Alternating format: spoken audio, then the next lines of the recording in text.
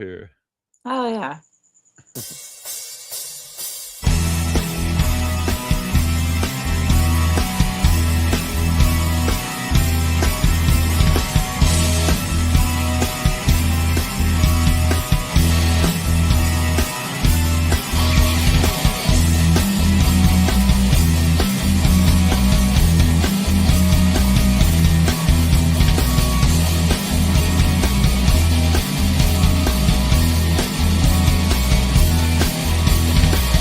Scream queens, bad dreams. This must be without your help.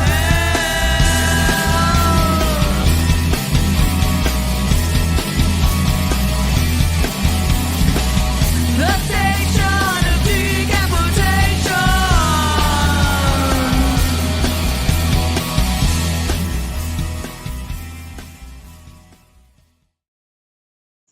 And we're live here at the station of decapitation without your head. I'm Nasty Neal, and I'm joined by the returning Jenny Spain. It's good to have you back. Hey, what's going on? It's very Oh, cold, but it's good to see you again. You too. Yeah. You too. It's definitely colder where you are than here. Yeah, like we were talking earlier, it's all relative. So, Jenny's cold, it's like 62 or something. No, it's not that. No, But it's not. but No, it's colder than that. yeah. It's, But yeah, it's, it's 10. It's supposed to be get down to 2 tonight. So yes. yikes. Yeah, And as I mentioned, though, there's probably someone up in Montreal or Saskatoon or something, and they're like it's negative 40. And I thought you were going to say Sasquatch. yeah, they're up in right. It goes with the Or hoodie. Sasquatch. Yeah. I don't miss that weather at all from when I used to live in Michigan. So it would get down to like, I think the coldest it was probably negative 28. Oh, damn. Yeah. When I was younger and I was a lot heavier, I really, the cold never bothered me. But when I lost weight, now I understand what it's like to get cold. Yeah. I mean, our body chemistry changes all the time. One day you're just like, oh, I can handle this, and you can handle it, and the next you're just like, why am I freezing? I mean, am I low potassium? Am I like missing some vitamins? Like, what's going on? But I mean, our bodies are always constantly changing, so especially as we get older, it kind of sucks. I forget where you were. I don't want to dox you, but what state are you in? California. California. I thought so. Oh, Goosey. Oh. I got Goosey in here. Hey, Goosey. See, this is Goose. Aw. This is the second dog. Goose. Yeah, that's Goosey. Earlier we had a cute dog in a little sweater.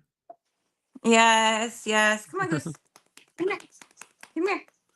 They all miss you. They want to make sure you're not talking to some weirdo. Then like, oh, maybe she is, but yeah, they all want to come in. They all want to be with me, and yeah. Who can blame them? Yeah, well, that's true. But we're gonna. I'm gonna ask about the dogs actually, in reference to what we were gonna talk about tonight. Because when I was talking to you this week, you'll be able to explain it better to me. But you had some things going on with the candle. Yes. And then actually after that, my dogs were actually protecting me. Like I had one dog here, and then I had my other dogs on each side of me, and they were both facing the candle. So just so you guys know that the candles that I love my mood lighting. But I have not replaced the batteries in my candles since Thanksgiving. And it would occasionally, go on. And I never really thought about it either until last night. I sat there and because I was feeling so like depressed, and I felt sadness and some like really, really overwhelming feelings that I couldn't really comprehend where they were coming from. So, I mean, it was a good day. And then the candle came on, and I sat there and I thought, I'm like, oh my gosh. So I just pulled out, hey, Goose, no. Sorry, hold on. No worries. Go. Come on. Go. Nope. It's like a purple throne here. It's very Go. pretty. Way more comfortable than my folding chair at the moment. Sorry. No worries. My house is a little chaotic sometimes. Once when I think that everything is good and Mhm. like all golden, it's always something. I'm always on my feet running around. No worries. But I was just laying there in bed and the candle came on and I had like this feeling of just absolute, like I had no clue where this was coming from. So I just took my phone and then I just started recording and then asking questions. And the candle just kept, the questions that I was asking, the candle kept getting brighter and brighter. And I showed you the videos. I showed you the Yeah. videos and you could see this green. Like the inside of it literally started, it was turning green because it was Mhm. getting so bright. I've never seen my candle turn that color before. Did you have the feeling before, like, the candle came on, or was it like you started to feel depressed after you noticed the light came on? Well, I started like in the evening time, getting closer to bedtime. I started feeling really down. Like, why am I feeling down? And I went to go lay down and then I was facing the candle and I had my dogs around me and the candle came on. And I have another one too. I have another one that's right next to my bed that would do the same thing. And it's right next to where my best friend's ashes, Hmm. her Is container it where her ashes were. Yeah, so, well, since they're next to the ashes, do you think that the candle was, like, something that do you think the candle itself, like, was there to try to help you, or do you think the candle brought on, like, this stuff? Candles, you'll see like with a lot of paranormal investigators, a lot of people use candles Mhm. to communicate, or flashlights, or because they use it's all energy. It's everything is all energy based. So when spirits come through, they use energy to communicate. So usually it's in the form of, with lights and they'll flicker. The lights will flicker. That's energy. It's electricity.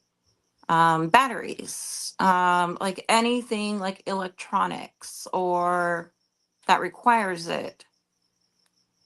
It's all energy based, and that's what they use, and that's why when they go and they do investigations, they feel drained Mhm.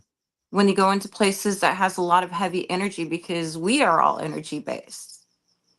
So if you notice when you go into a room and you feel overwhelmed, and you could pick up on everybody's energy, you could tell when somebody is, feeling blah, somebody is happy, this and that.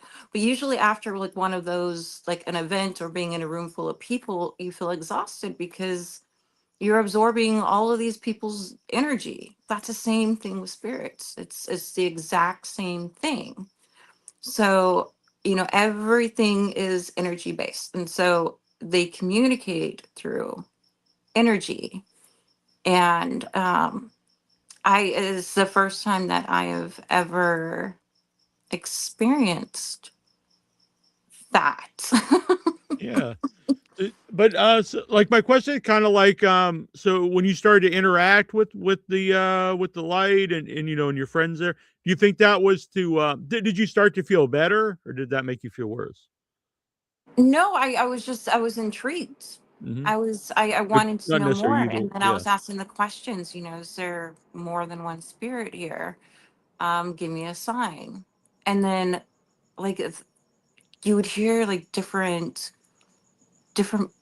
voices that would come through the audio. I had my headset on. I had my headset on. So it was really bizarre. I didn't know it was all coming through the mic. And um I've never, like, all of that in just probably what, 10 minutes. It was because I sent you the videos that I sent because Yeah, one I of them have was them too if you long. want me to show any of them. Yes, All right, so I have them yes, ready. and So we let me could try check. to break down like what it's saying. I sent it to you today. I sent it to Chris Fleming from what is it? Dead Dead Talk or something like that. He's a medium and psychic and paranormal investigator. And I met him through Ghost Hunters Oh, interesting. when I did stuff with Ghost Hunters. And I sent the stuff to Grant Wilson too. I haven't um I sent it to him. We were talking and I sent it to him and I haven't heard back from him yesterday, but Chris said he was gonna get back to me Oh, cool. and know what he picks up. So people just coming in. What's the topic? So if you want to explain it real quick while I set up this interview, just quickly reiterate what you said, I guess. Okay, so the topic here is an experience, a paranormal experience that I had last night. It was last night, right? Yeah, yeah.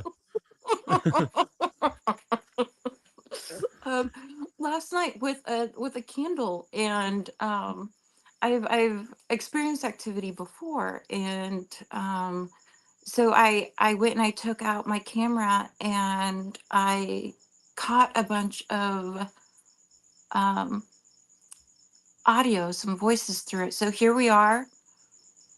This And is mhm. Go on. just so you guys know that are just jumping on here, the batteries in this the candle is dead. It's the candle's been has not worked since Thanksgiving, and I've been needing to put new batteries in it. Um, but occasionally it will just flicker on. And last night it just kind of it appeared to me, thinking, okay, because I had this overwhelming feeling of depression and sadness. I wasn't sure where it was coming from. Just energy, everything felt a little bit off, so I decided to take out my camera and start recording.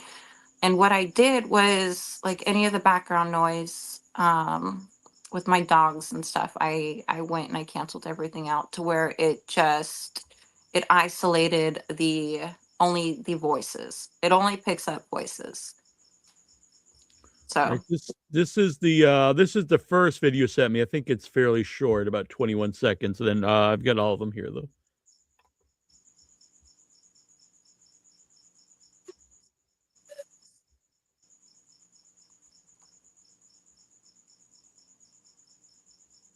was it 21 seconds? It might be a little bit more.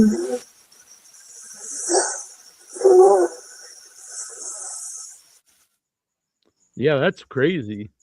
Isn't that creepy? Yeah.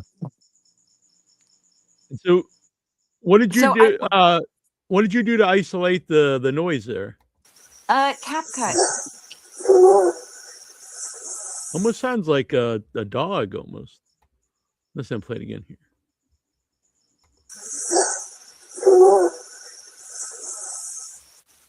Wow. Yeah. But it's definitely a noise. That's really strange. Yeah, it's a voice. I'm wondering if anybody on here can actually kind of pick up anything that they're saying. There's a couple videos that I took, Mm-hmm. and please, you guys, feel free to throw it in the comments on what you think that this is saying. Just so you guys know, I do collect. I do have two dogs that are buried in my backyard from when I was a kid. Mm. Um, I have paintings and pictures of them up. This was my grandparents' house as well. So everything in here, I still have everything of theirs. I collect a lot of people who have passed, um, their belongings. I have my best friend's ashes too, the container that it was in. I have some things from when my friend Casey passed. And I'm a bone collector. So I collect stuff that comes off the beach, or if I find something that looks pretty neat, um, I throw it into my little garden. I have a garden in my backyard that I call my bone garden. So usually I think that those bones are animals that Mhm. wash up on the beach. But you never know. You never Mhm. know. Exactly. So you never know. But So we but got yeah. Flozano 8. They also thought it made sound like a dog. And Sylvia sounds like yeah, come on. Oh, interesting. Yeah, come Okay. on. Flozano, my dog was buried in our backyard. I think of him almost every day. We never forget. He was extremely special to us. Yeah, they always are. Yeah. They're the best. I'm gonna play this one more time, and then we'll go to the next one here. Okay.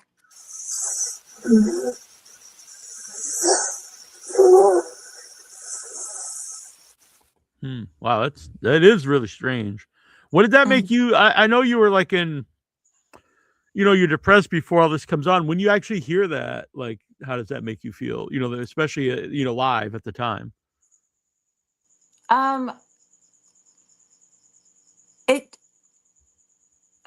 it's kind of hard to kind of because there's so many mixed feelings.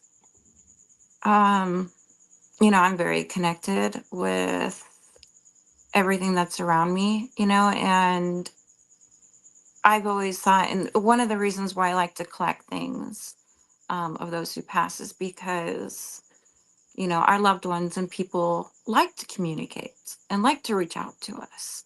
So if you think about it, when we pass and we're trying to give our loved ones signs and they don't notice them, imagine how we might feel on that end. And I tell my friends and others, like, hey, it's they're always we're never alone. There's always going to be signs, and some of our friends are like, where are the signs? I'm waiting for the signs. I'm like, it's not like they're going to jump out. It's not going to be like they're going to jump and be like, hey, I'm here. No, it does not work that way. You have to be really in tune with your surroundings, and you have to really be that kind of person who could feel the shift in the air. If something feels different, somebody who could actually just kind of pick up and read energies. A lot of people kind of block that off or even want to see or accept the fact that their loved ones are there, even though they say like, yes, I want to, I want to sign, I want to know. But it's all about, wanting to know. And a lot of people, they don't want to know. So the signs aren't going to I be think it's there. probably scary to some people because it is the unknown, and Well, the thing is, there's nothing to be scared about. Mhm. There's absolutely nothing to be scared about. And, yeah, there's going to be, entities out there who are gonna, you're gonna have negative energies everywhere. Negative energies everywhere. Was But was this something that like you always felt like since I guess when was the first time like you started to notice this, like that you could like have a connection with oh, spirit? ever since I was a kid. Mhm. I've been in tune with everything ever since I was a kid. I've had paranormal experiences ever since I was a kid. Like my mom, everybody, it was just I had a great aunt who was a nun, and she was a psychic, and she actually got kicked out because they said that she was being a psychic was a part of the devil's work, which Uh, is it's not. It just means you're a little bit more in tune with your surroundings. You're yeah, well, it's interesting you say that. My grandmother, passed away a few years ago. She was 95, so she lived a long time. But she had a scar on her hand, and she used to tell me it was when she was a little girl. She could see stuff or tell like even see like she thought she could know stuff before it happened. And her mom, which it sounds terrible, but she burned her with an iron, and told her never to do that. And yeah. Yeah, we all have different, upbringings. My mom's side She was born is, in it would the be in like the that. 70s. So, yeah, Oh yeah. Oh yeah. Like 19. for me, I keep quiet on a lot of the stuff. Even when I try to talk about it to my mom, she's just like, I don't want to hear it. I don't want to know. Mhm. Because, when you talk to people who don't want to understand it, it makes you feel crazy. But when there's other people who understand it, who go through the same thing, and who actually have had these similar experiences, you're not crazy, because this is, like I said, it's all energy based. It is all energy based. So, it's accepting and knowing that we're not the only ones here. It's a fact. It is a fact. We're not the only ones here. So, Puppy Sludo is Tara. She can't be on tonight. She actually was going to come on, but she is watching. So glad you have Jenny on here to share her wisdom and experience. thank you. Thank you. Do we want to, you want to go to the next next one, yeah, video? we got it here. Let me pull it up. This one's a little longer. All right, here we go. You're here. Can you make the candle flicker brighter? Twice. I want you guys to pay attention to this candle, because the center of the candle actually gets extremely bright and green. This candle never gets green. Like it, yeah. So whatever it was using the energy Can of, you hear me?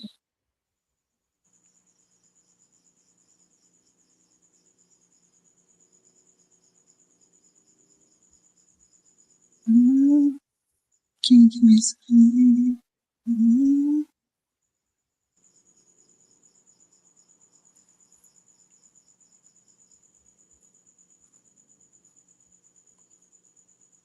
chills. Hmm.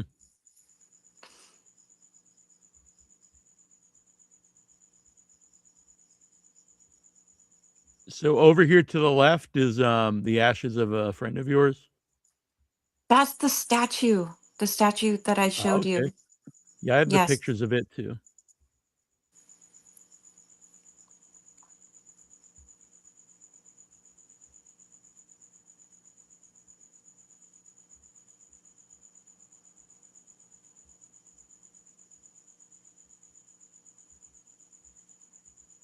Looks like a note up here, something you have almost handwritten.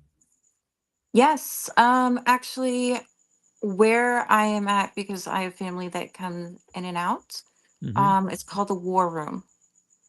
And it has everything of my grandpa's from when he fought in the war. And there's the pictures of all the presidents, Secret Service. There's the Purple Heart. There is everything. So it's a memorial room that I am kind of sleeping in right now, because I've got family that are coming in and out. I have family from Florida that are looking for a place. So Let's see here. I got some oh shoot, I did not upload the I'll do that. I'll grab those photos. But I do have the pictures of the statues. I didn't upload them here. But we okay, can if go to the anybody knows anything about the statue, please let me know. let me grab them quick. I might be able to just show them right here on the phone. As long as I don't dox your number here. No, I don't think you can see the number if I showed up. But did you guys hear that humming sound when I Yeah, was definitely. There's a lot of oh, here we go. If you can't see it all upload, I think you can see it pretty good here.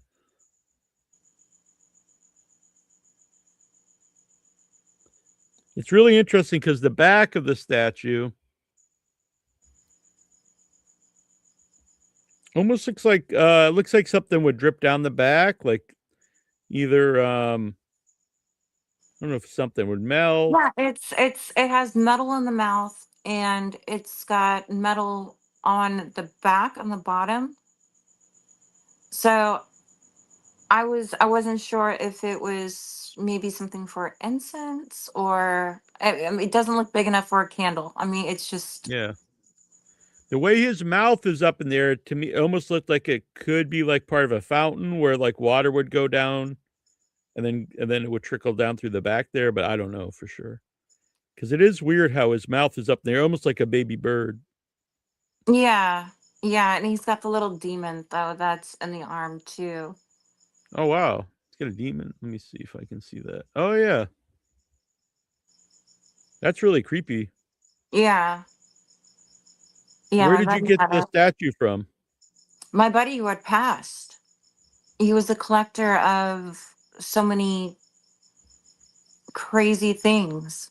He traveled around the world on tour, and I know that, I mean, he was a very disturbed guy until he got sober, but he still dealt with a lot of things. But he also, like, you find a lot of Satanist things and all kinds of crazy stuff, just like the thing in my yard, the statue thing that I found. There were goat heads on it that I showed you. So where what did you find? You found that in your yard? I found that, oh, because when we were going through all of his things to give to the Rock and Roll Hall of Fame, Mhm. it was in the front of his house. And I sent you the video. I'm like, oh, that thing is cool. And then, my buddy was like, I'll just take it. I'm like, all right. But it was so dirty. It was so freaking dirty. I didn't know what it was. All I saw was just like this beautiful woman's body and just like this head that was around it. But I on the corners of the statue, or the, what do you call it? It's not is it a statue? I have all your videos here. Let me this one has a doggy. Remember which one it was? It's the one in the yard that I sent you. It was a picture. I think it was a picture. And Okay. it has that's in my garden. Let me get to it. Oh yeah, by the way, here is for reference here, because we were looking at the candle. That is where the statue is next to the candle. So you get the candle, and then some of the stuff you mentioned there on the wall.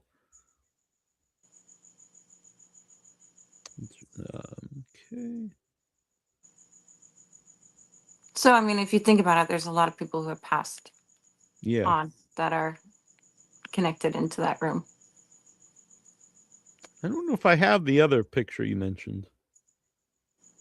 The one in the I've got a video of the back of a car. Oh, here it is. Never mind, I found it. Yeah, this is wild. That's what's in my garden. And I recently, because we had so much rain, it washed everything off of it, but there's goat heads. So and that is in my bone garden. That's amazing. So that was just that so that was there, or that was from from the house? That was from his house. That was from Wow. his house. And then Do you know I where he wanted to got it? do, no clue. No clue. If anybody knows, if anybody could find it, please let me know so I could kind of if Yeah. I've got to toss it or what. Right, if it's bad, right. People are like, get rid of that right away. No, I don't know. But it is very cool, I'll say that. I had mentioned to you, oh, you've got some shells on the top there too. Looks like clam, maybe oyster shells. Yes, and I think there's a bone on there too. You have It's a a wild little. garden, Jenny. I do. I do. I don't know. It's I guess it's a witchy thing. So collect kind of some weird shit. Yeah. But Now, I cool don't know if this is stuff. something you would like to talk about, but Like, do you consider yourself religious? Like of any I'm like certain spiritual. I'm spiritual? Yeah.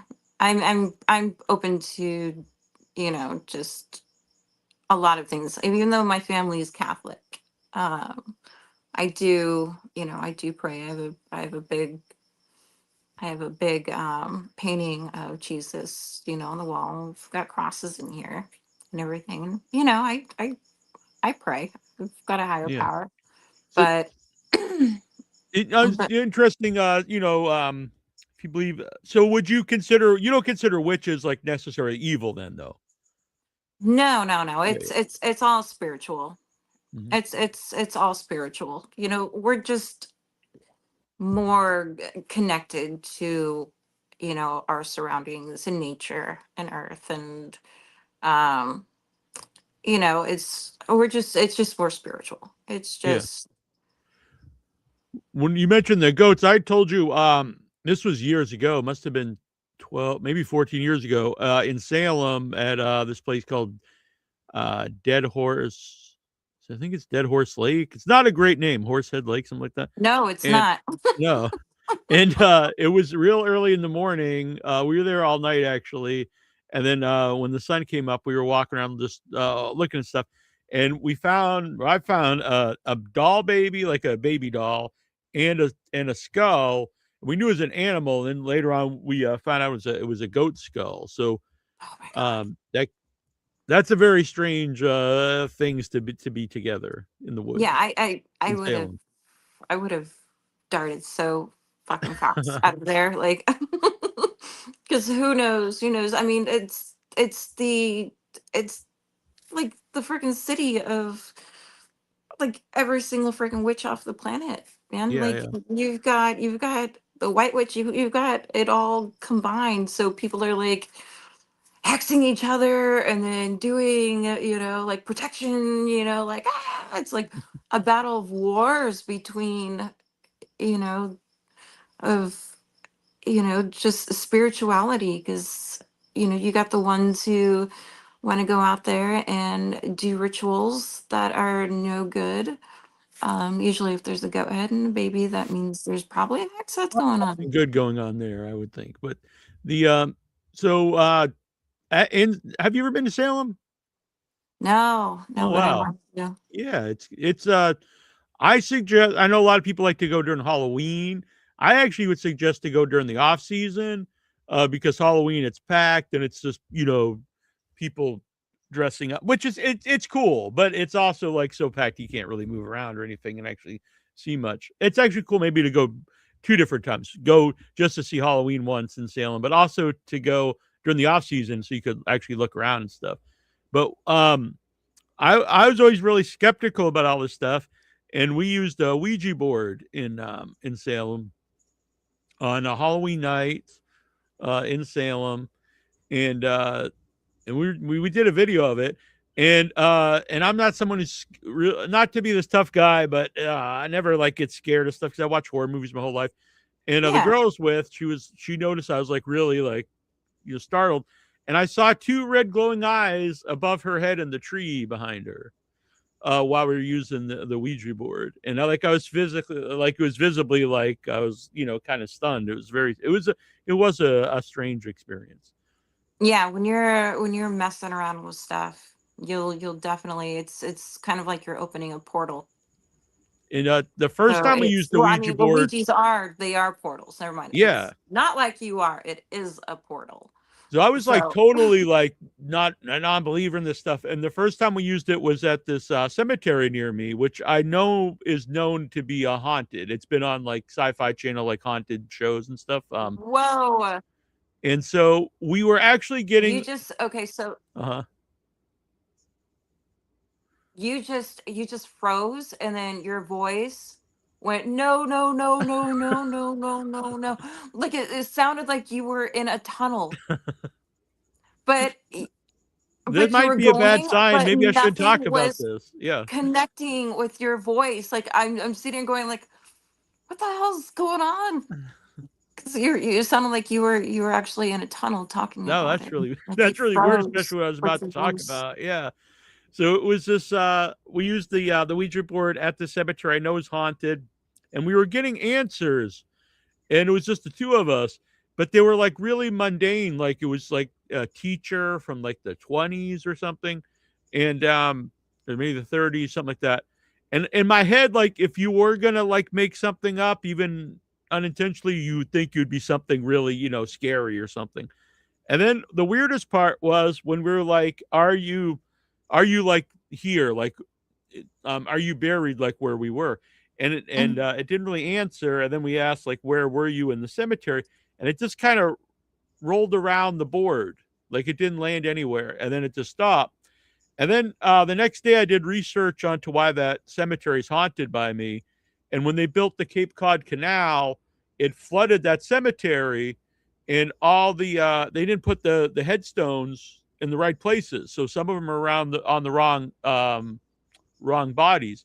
And so then I start to think like when it's moving around the board, maybe that was like because it doesn't actually know where he is in the cemetery. Yeah, it's kind of like New Orleans. New Orleans is the same way. There's a bunch of misplaced headstones after Katrina. So there's bodies that are just nobody knows who they are. Mm-hmm. They're just kind of packed all in one gravesite on top of each other with a headstone. So it's yeah, I could see how that could just kind of bounce around and not really you can get a full answer to it. Yeah, yeah, and But when you start to think of this, and actually, what you're talking about there too. I went on a walking tour of Salem, and so you're in this in a parking lot, which you think big deal, it's a parking lot, but there's all these tombstones on the side. And they're just packed together like dominoes, which is mhm. really weird. And I was like, and he told us they actually paved over the graveyard to build the parking lot, and then just put all the tombstones together in the corner. And I was No like, way. yeah, that's in Salem. It's like that's like right out of the movie there, Poltergeist. When they like build the city over the. So how old was this gravesite? It must be probably hundreds of years old. It Oh, doesn't even seem like legal that you shouldn't even be able to do that. yeah, I don't even think that that is legal. I mean, I would think that they would go and move the bodies respectfully somewhere before they do that. Yeah, But and the I've tombstones, heard, like I said, they were just stacked together. So like you couldn't even go and look at them because they were just back to back to back. It's oh, that's so eerie. That is so eerie. I know that there's some I mean there are places like that. There's a place in San Diego that's like that in Old Town. Um there's a sidewalk that's over over a graveyard, burial yeah, ground. yeah. I mean it's got like little pockets um that say it's a gravesite marker. So it's got like the little markers, but it's still, I mean, you're walking over people. I mean, Yeah, and parking the that's cars just over them, and yeah, that's just gnarly. That is so gnarly. I would haunt the fuck out of somebody who would who would yeah, especially if like your who would do relative is that. in there. Yeah, exactly. Yeah, yeah, you'd haunt. Yeah, yeah, they No, deserve it at that point. Yeah, no wonder why like a lot of these places you have like pissed off spirits because they're like constantly getting fucked with. yeah, yeah. You Freaking know, like cars parked over me. Yeah, yeah, yeah, freaking a. Were you able to find the other video? yeah, yeah. So let's go to part 3 here. So I think this is the third one of the candle. Okay, there's one that I get a response back, and I think this was my best friend that was responding. All right, give me one So I'm not second. sure if it's this one.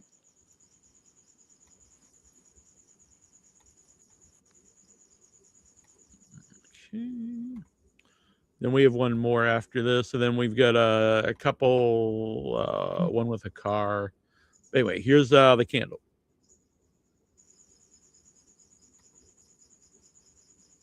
Show me.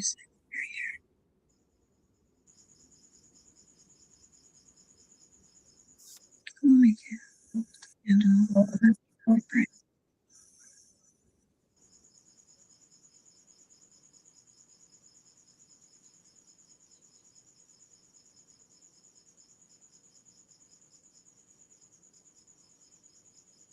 I still have to really. As bright as What was that? Let me rewind a little bit. Yeah. Go back a little bit here.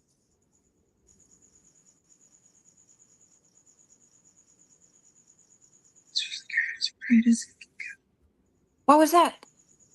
Was that you, or was that wasn't was you some- talking? No, Oh, no, no, wow. no. That was somebody talking over me. Wow, it's in my. I'm gonna play it again. It sounded like something about it's as bright as it can get.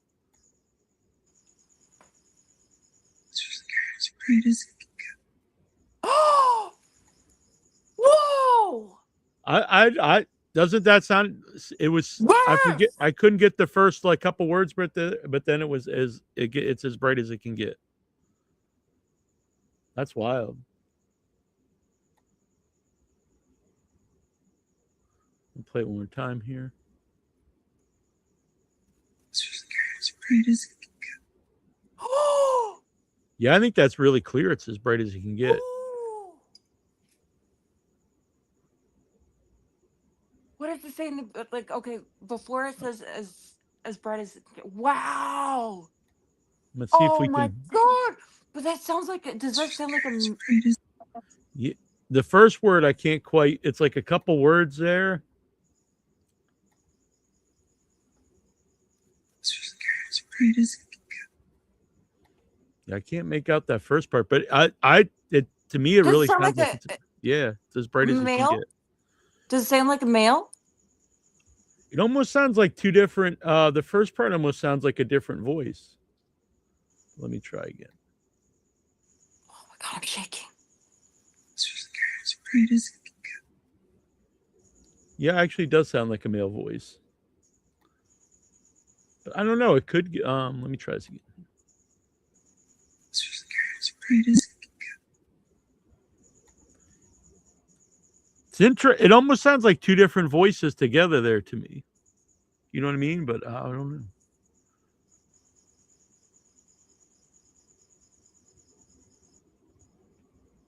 That's really wild. Wow. We're gonna play some more of this.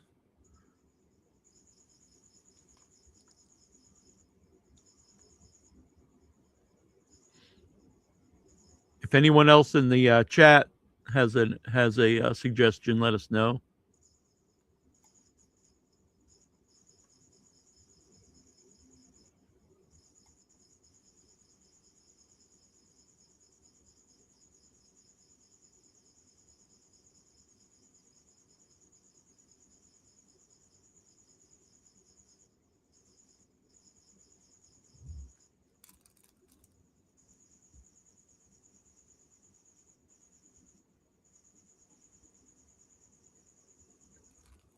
Nana, where's this again? Well, let me rewind that a little bit. Was there a? Yeah, just rewind it. We're gonna try this again. Nana, where's this again? Let me try this again. Nana, where's this again? That one I can't really make out. That was. I thought it was a yes or yeah. Let me try it again here.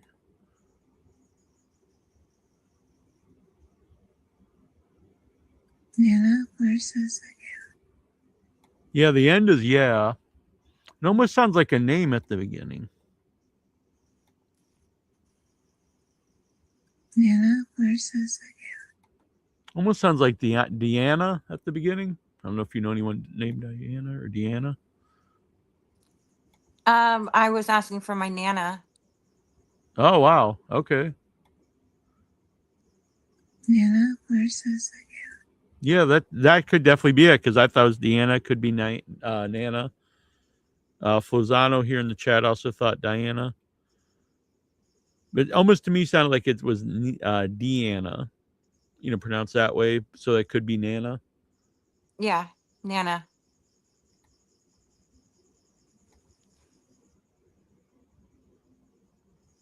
Nana, where's this again?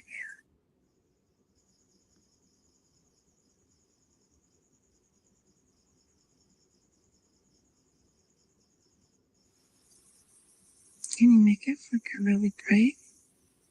Was that you? How about you?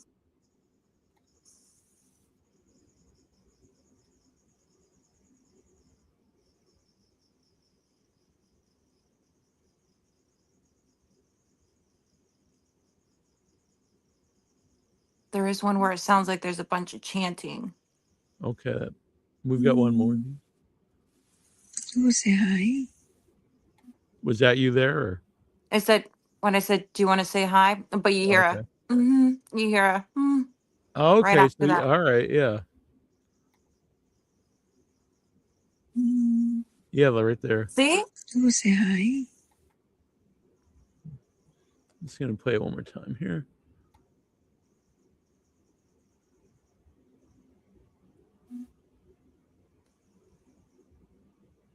Mm, oh, say hi.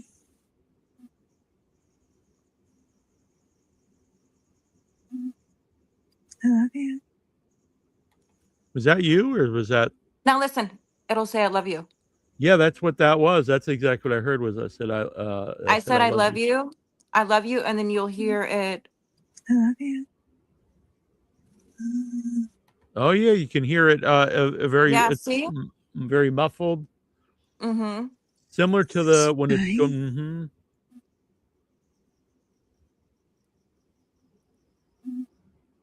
I love you. Mm, Wow. Did that say Larissa? Oh, let me. Go back. Go back.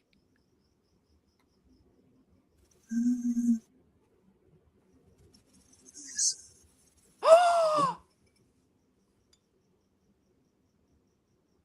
That's my best friend.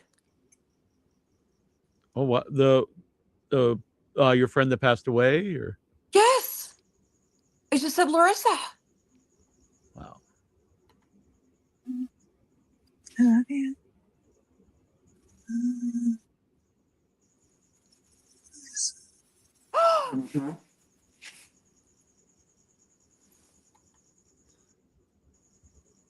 Wow. Oh my gosh. It's really wild.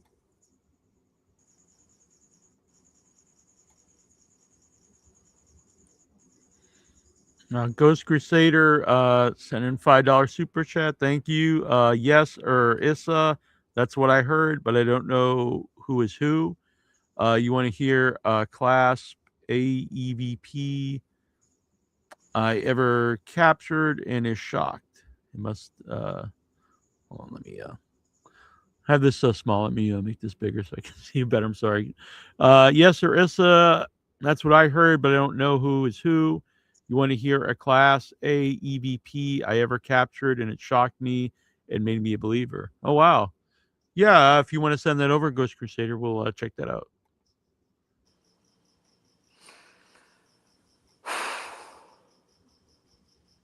Oh my gosh.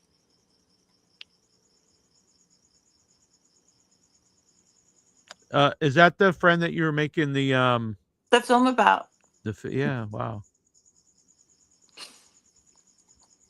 She was murdered. She was killed. How So long ago was that? 4 years ago. Hmm. And the people are still out there. They gave her a counterfeit Tylenol pill with fentanyl. Oh, I'm really And sorry to hear that. yeah, I was the one who did the welfare check and yeah, had to break the news, and the police had to come and tell me that they had just taken her. I was the one who had to clean the house and pull her sheets where she had passed and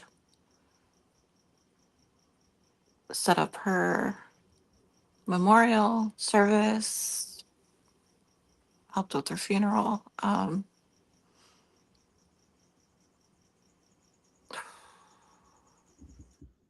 Have you ever thought you've since then like had any contact from her? Yeah, but nothing that clear. Um, oh my gosh, I'm like really emotional. I can't, and my headset and my, when I'm listening through my phone, I don't know why it's coming so much so clear um, through this. Um, I mean, I could hear it, but I can't really make it out exactly what it's saying. Some things I'm able to. I'm like I'm shaking right now. Um, Signs of Feathers, music. Um, Her favorite bird is the hummingbird. Um, I would get groups of. We used to have.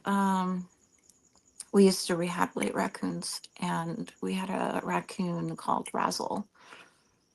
It was a baby raccoon. The family of this baby raccoon was killed, and so we were rehabbing it and everything.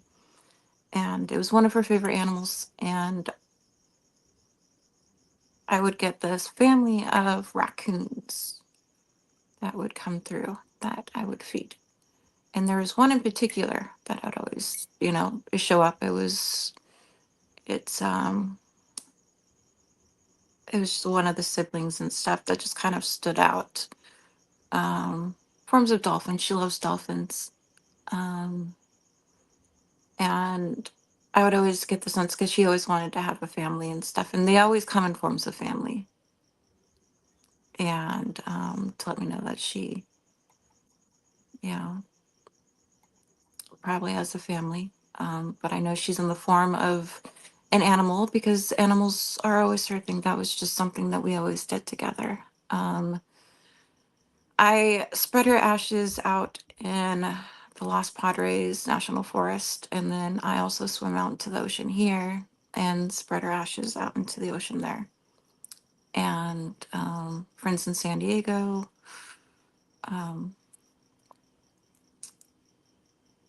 her family swim out on surfboards, did that, and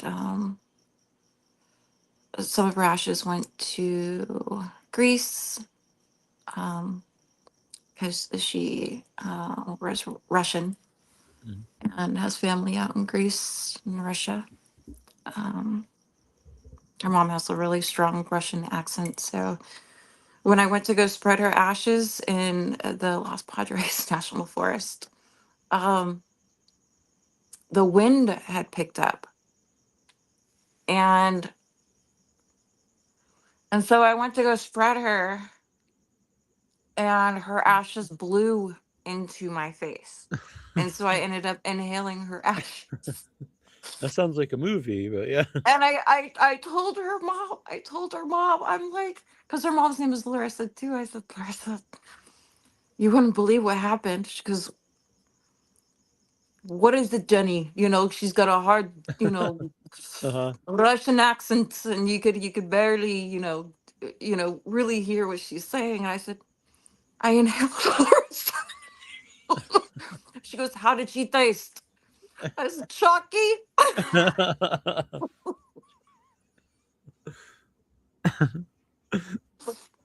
Well, honestly, I do think humor is a good way to deal with loss and tragedy. I mean, she was very, Larissa's very lively. She was very lively. And so,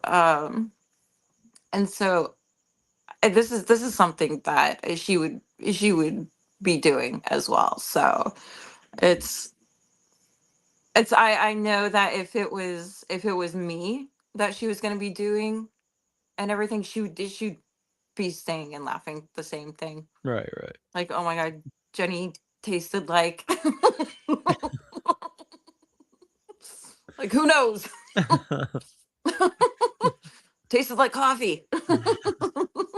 That's not too bad. But the how what do you have any news on the movie? Oh my gosh, I'm short on 10 grand. That's it. That's all I needed. That's it to get going. I have James Bresic, who Oh is, yeah, I know him. yeah, it's going to be pulling it all together. I have some footage because we did film some scenes and everything. So we have that. I already have the shooting locations, everything in place. But it's just getting the rest of the budget. I had a bit of a setback because of some health stuff. Because I was diagnosed with a secondary autoimmune disorder. So it just kind of put me back because my body is in pain all the time I'm and sorry to hear that. really sick. But I'm navigating through it. I have friends who deal with the same thing, so it's great. We could joke around and say, "How the fuck's your body today?" You know, like, did you drop anything today? Like, did your leg go out? I'm like, oh man, yeah, it was just my left leg today, you know, and I was able to lean on my right. You know, it's just stuff like that. But you know, it's a process. Um, Yeah, I mean, most of my friends are independent filmmakers, and that is unfortunately what I mean about raising when it money comes to get your movie made. funding, Yeah, yeah. it's just the funding. I mean, you can have everything else. You can have everything else in order, everything, but it's just the rest of the funding. That's it, you know. And you know, when you look at it, 10 grand doesn't seem like much, but it actually is when you're trying to pull it from every possible direction from as many investors as you possibly can without going the crowdfunding route, because I've already tried the crowdfunding. I already did that. And when oh my gosh. Because when I did the crowdfunding, I had like literally a deadline. I had a deadline. I had people waiting on me.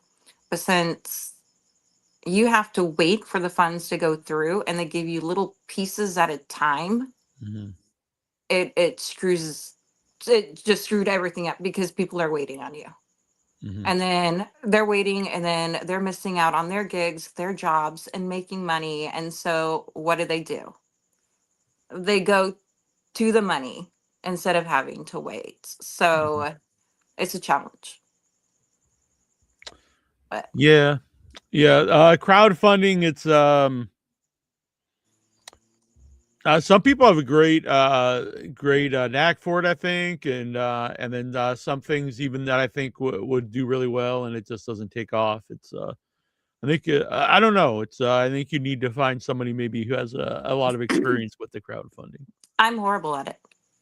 I'm horrible. Like I have the worst ADD, ADHD that you could possibly even think of because I am just juggling so many different things that even when I stay focused on my film and that one thing, and you have all these other people who are like, hey, you know, we got to do this, and we got to pull this, and then I got to put this over here, and then I got to do this. So it's like, oh, can Was I your just? plan to direct it yourself? Yes, yes. James wants to direct it as well, Hmm. and he wants to use the Alexa. It was Alexa camera. Okay. I wanted to go with the red. I wanted to go with Hmm. the red because I like the dark grainy feel to Hmm. it. And you know, that's what we use for Dead Girl. Yeah, And yeah. a lot of horror films use the red. Hmm. And and so but James says, you know, I want to do I want to use this camera. This is my favorite camera and we can make it work. We can do it. And so I guess that's what we're going to be using. I mean, he has more. Oh yeah, he's done I think hundreds of movies maybe, but he's done a lot. Ever since he was like a teenager, I believe. He's Yeah, been making he's always I mean, he continuously pushes them out like that. I'm like, how are you doing this? Tell me. uh Yeah, I don't think he does crowdfunding either. No, but I mean, he has his own production company. Yeah, yeah. You know, he already has what he needs. Mhm. And what I love so much about him is that you could take a small budget film and you can make it look like a bigger budget film with, just a Yeah, short with amount of money. especially with in my opinion would be proper lighting and sound, because I think sound can really Sound, hurt an independent movie. camera. I mean, you have to have the best cinematographer. I mean, that is just it's somebody who can get the picture and the Right, right. angles, everything down to the T. You know, I mean, it's all about visual. So Have you do you have any experience directing something? Had you done like any shorts or anything? I've done shorts. I've worked on a lot of behind the scenes stuff. Hmm. Um, just with other people, with music stuff. I do a lot of my own. I've got my laptop is just full of stuff Oh yeah, yeah, um, like yeah, for social media and stuff too. Yeah. that I go through. But I've been in this industry for Yeah, I was so long. gonna say honestly, being on set is like you can be on set and obviously the performance is on your mind, but also just being on set is a good place to learn to make films if you're paying attention. It's hard when you when you're a visualist and you're on set and you want to jump in and say, hey, this will work a hell of a lot better than what you're actually trying to put out there. um I mean, because we all have different, you know ways and views of and perspectives of how we see things on set and how they will work. And I always believe that, getting information from everybody is a best. It's such a great way to hear everybody's takes on how things should work. Because if yours doesn't come out exactly how you want it, I feel like, two brains, three brains, four brains are better than one. Mhm. you know because it takes a village. It takes a village. But I don't know, maybe because I prefer teamwork. I'm not the type of person who would like to take credit for one thing, or for all of Honestly, it. that's how movies are. Like I do think some people think the when you're making an independent movie, especially maybe like your first movie, I have to do everything. But not only is that like impossible, it's best if you have people that someone's they're going to be better at the cinematography than you, and this person's going to be better at the color correction than you, and to find a group of people who all excel at different parts.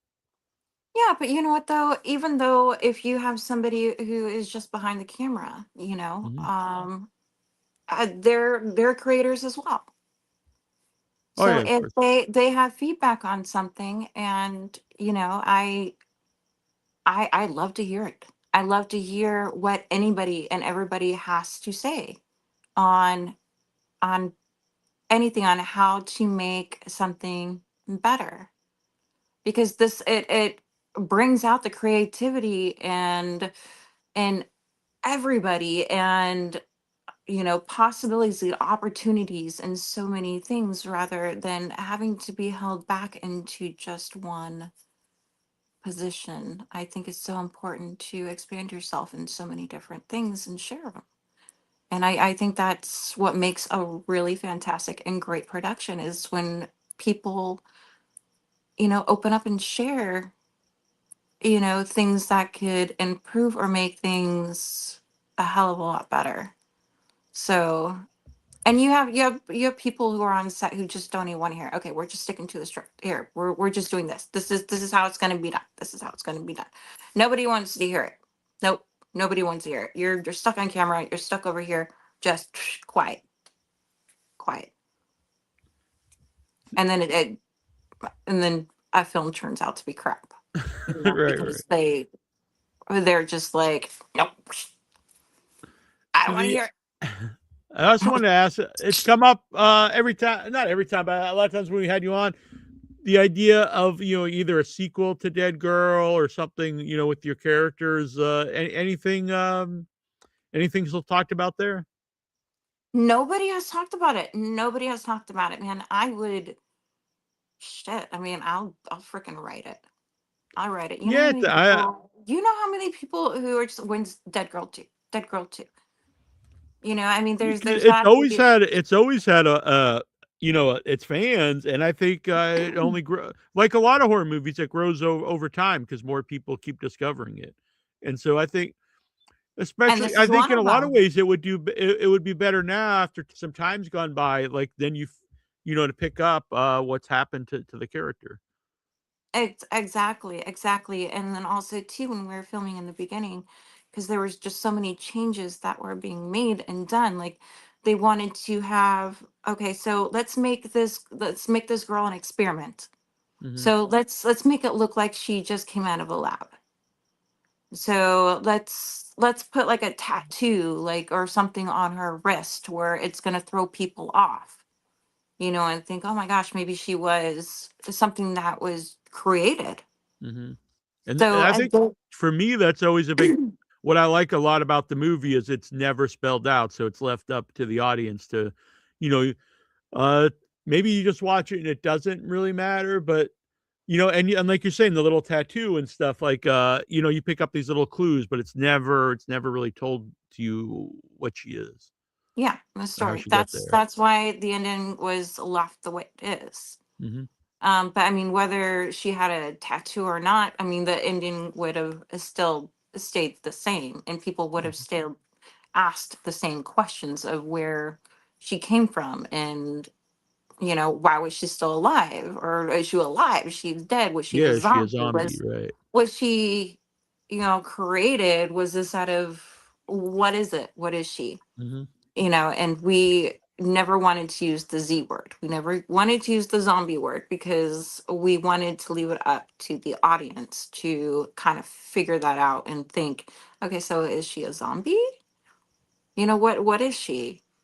Um so I mean, filming it, I never really knew because there are so many changes, but the process of all the makeup and everything, and then the decay and making her body, of course she's dead. She is dead. I mean, she's going through the decomposing states. Hmm. Um, but yeah, she's alive. And I do it. She's always up here. I guess it's kind of weird to tell you I have I have a naked statue of you on my bookshelf behind me, but here we go. That's so awesome. That's from Barry. Barry the Clay Yeah, it Guy. is really great. And thank you so much for sending it to me. I love it. Yes. Yes. You need to Signed. make more of those. They're so cool. Yeah, yeah, Clay Guy. I wish we had t-shirts before. We had t-shirts before. Those are Oh, it really? was it was just like it was a limited thing. It was just a limited thing. I wish I still had it. And they came in like a little meat package too. Oh, really? Like yeah, like there's a whole collection where you get Yes, yeah. yes. There was only like a few of them. I think it only ran for like a month, and then that was it. It was gone. But nobody received anything. Like the people who made this took all the money. Like nobody received a dime from. That was my face too. Like, bro, you're using my Yeah, face. you're on the cover. You're yeah. That is some. I think people don't realize. I think if they see someone that's in like a well-known movie, they just assume, they've made millions off of that movie, and unfortunately, that is very often not the case. No, it is not. It is not. And it's just, oh my gosh. My buddy and I were just talking about this, and he's a musician and everything, and he goes, people think that even musicians, they make so much money, and they don't. They don't. Being in the industry, no. we're all broke. We're everybody else. We're all working. We're all trying to do what we need to do to survive. Um, and the industry is very fucking shady. It is extremely shady and very greedy.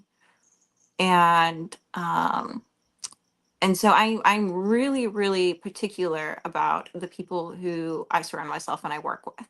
And usually the people that I work with are people who I've already worked with Mhm. and that I know and that I have developed really close and good friendships with, that I know that I could trust, that are not gonna fuck me over, you know? Um just like the previous stuff that I've done.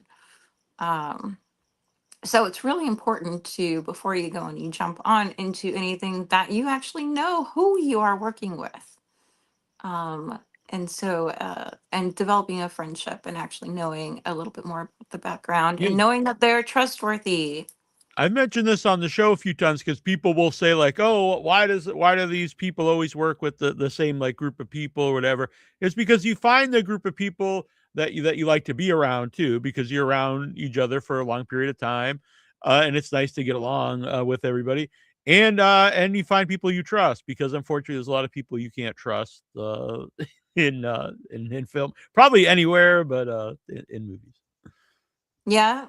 Yep. And a lot of productions are getting a lot smaller too. They're Hmm. getting so much smaller. And yes, a lot of my friends all work with the same actors, same directors, same stuff.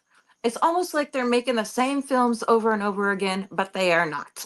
Right, right. You find your little troop of people. I mean, I work with a lot of the same people, so yeah, yeah.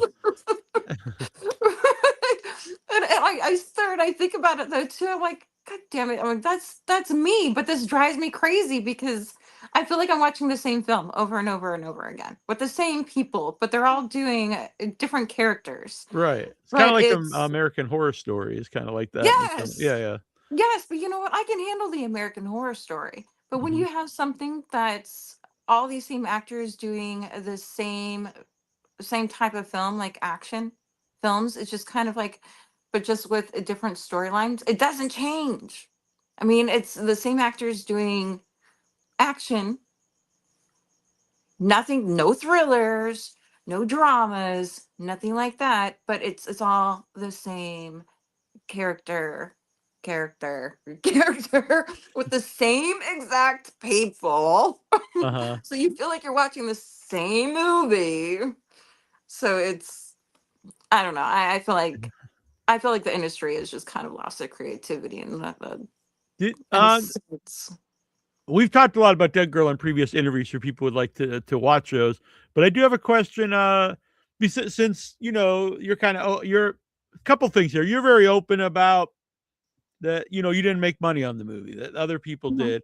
And also you are very good at still really getting the movie out there. You're always talking about the movie, which I like.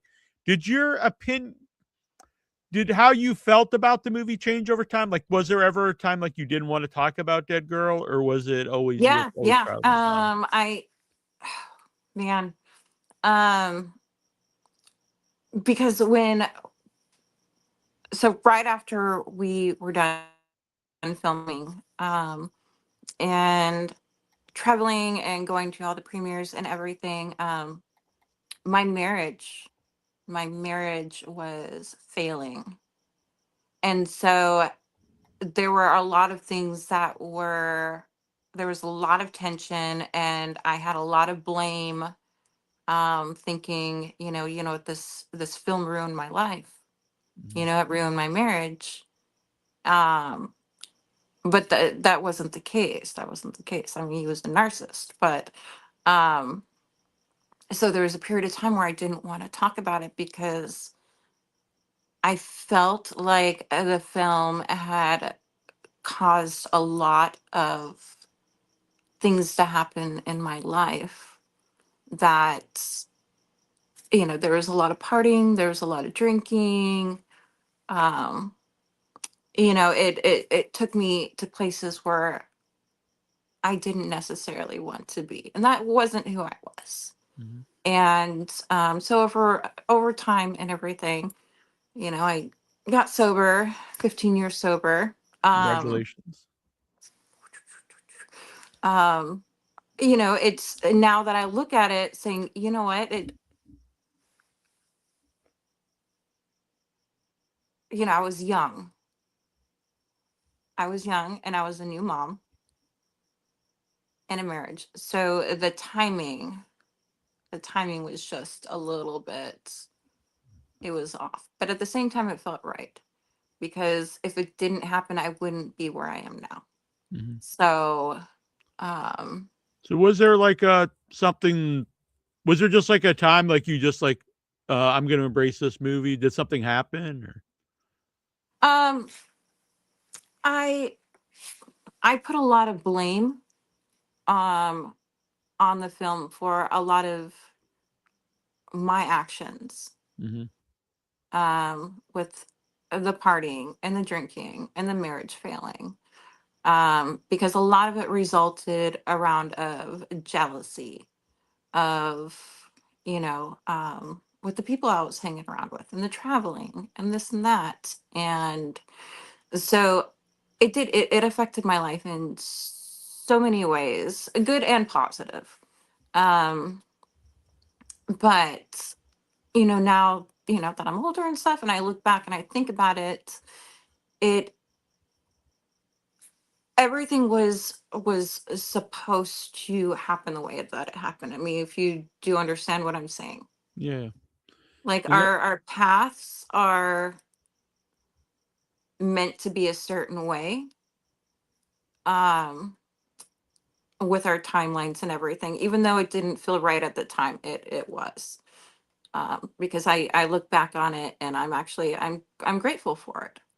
um I'm grateful for the people, and because I have some of the most amazing best friends, from working that I work with. Jim is just, he's amazing. I built strong relationships with people. Um, and it changed my perspective on a lot of things. I was in film way before Dead Girl. I was in modeling way before. Like, I've ever since I was a teenager. Like, but yeah, I mean, it was my debut in something that was a lot bigger. mm-hmm. I was ready for it. I jumped on it. I took it. But yeah, but with anything that's going to cause or draw any attention, there's always going to be some kind of negativity that's going to, um, affect you in some sort of way. And that's just something that you have to just kind of take with the job, I guess. When you got sober, being like a model and an actor and just like that lifestyle. What so seven March is 7 years sober for me, but it was really the hardest part for me.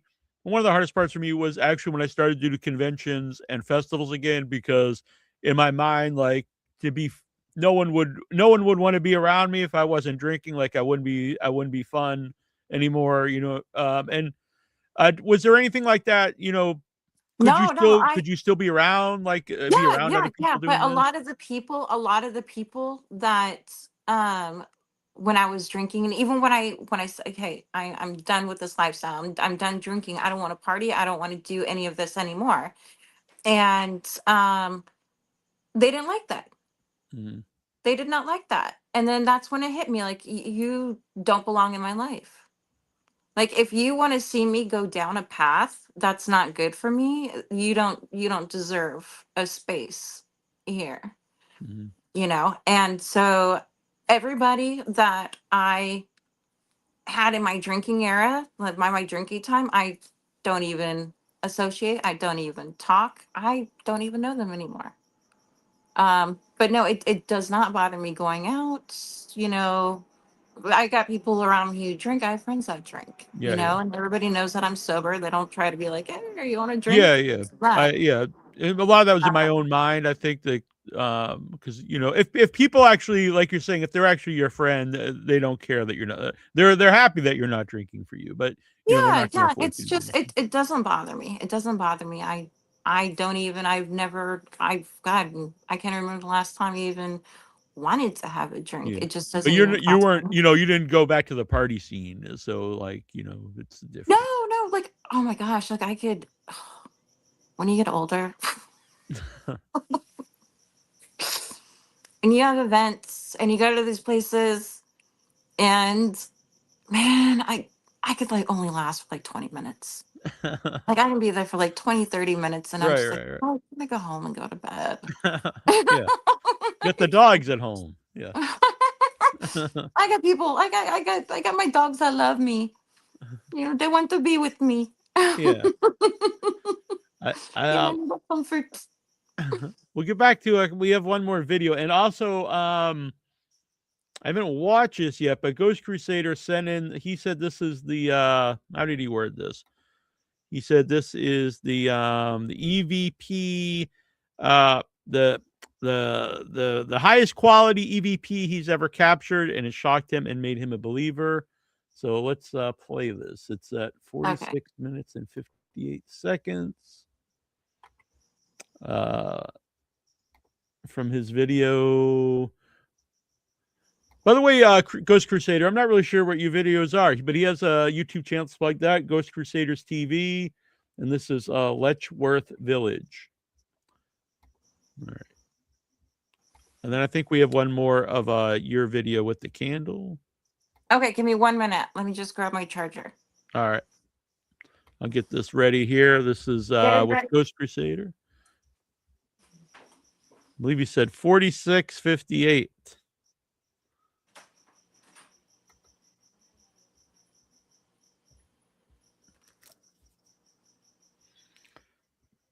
I've always seen that name Ghost Crusader, and I did not realize it meant actual ghost stuff.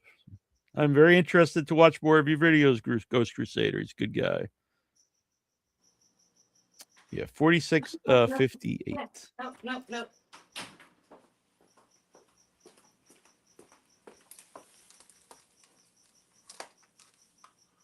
I'm trying to see the description here. I don't think it says too much in the description. Oh, this is from 2014. The Ghost Crusaders gained access to their very first haunted location. Oh, okay, interesting. Oh, very cool. Hold on, I need to find my block. All right.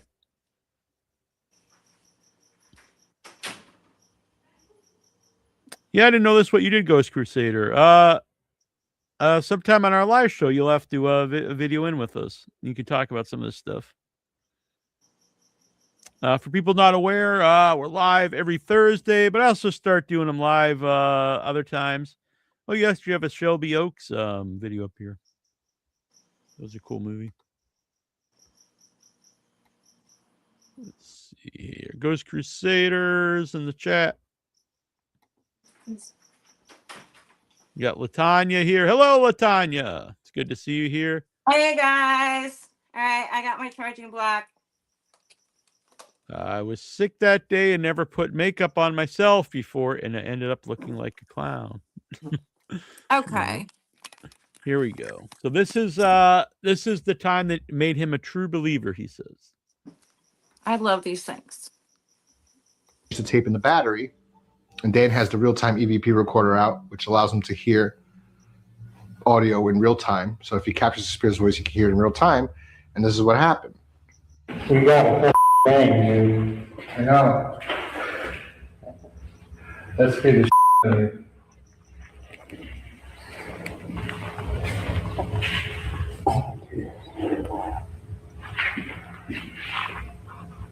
What?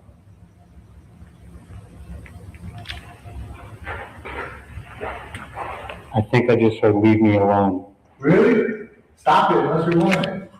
And we were talking about it, and we're walking upstairs, and he goes off into the other side of the room, and I'm still have the headphones on listening to live EVP. And he goes off into the corner of the room, and I go off into mine, and all of a sudden I just feel like this cold like breeze on the back of my neck, and I felt like someone was standing over, like saying into my ear, pretty much. I started hearing "Leave me alone." And I just stopped, like after feeling this, and it just felt like someone was saying it like literally, leave me alone. You know, just that's the image I got into my head while hearing it at the same time, and I just turned around. All of a sudden, he turns and he looks at me, and he's like, and I'm like, what? Because I felt like him looking at me. Like I'm looking straight. He's to my left. So I felt like he was looking at me. So I look at him. I'm like, what? And I guess my reaction was I just heard a ghost. I that was the first time that just made me a believer. And I said, I think I heard "Leave Me Alone" after taunting earlier, and you said, "Stop it, let's rewind it." But I really wished we did it because I felt like we could have gotten more if we just kept it going. But yeah, it was that changed my life completely. That completely Yeah, changed definitely everything for will. me. Wow, that's pretty wild.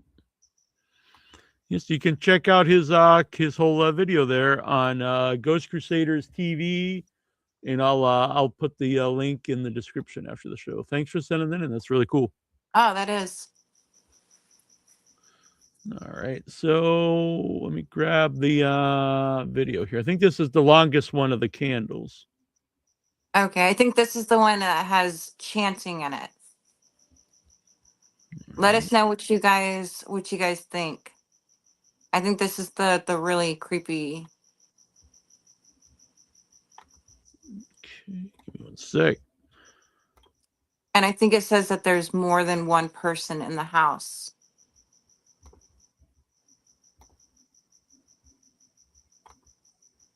All right, here we go.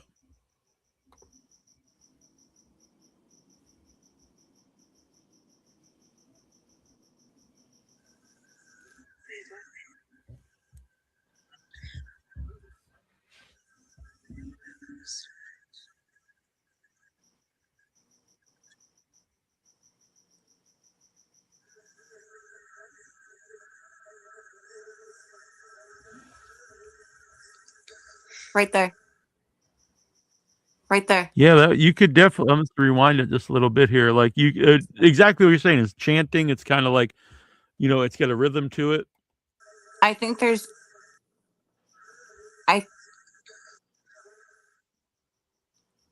I think this is the video where it says pray.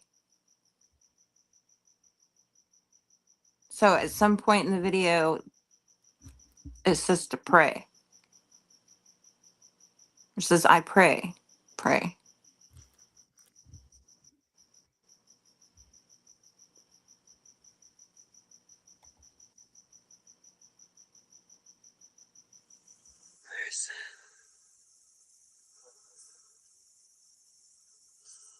Is that you, Marissa?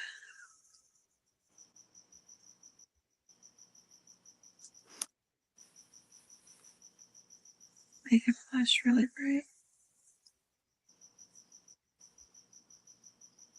See how bright it's flashing? Yeah, it's getting yeah, it's like pulsating. See how green? Mm-hmm. Oh yeah, it got really bright there.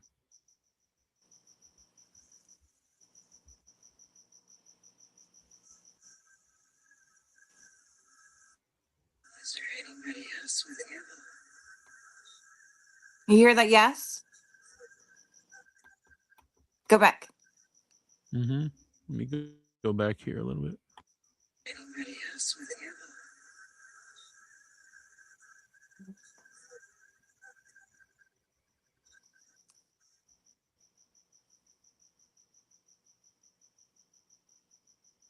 So the yes, it sounds like almost sounds like a male's voice. But it sounds like Mhm. there's a female.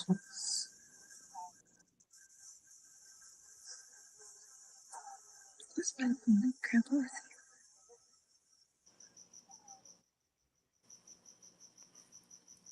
That the female voice actually sounds, it almost sounds like Larissa. Oh wow. How many others?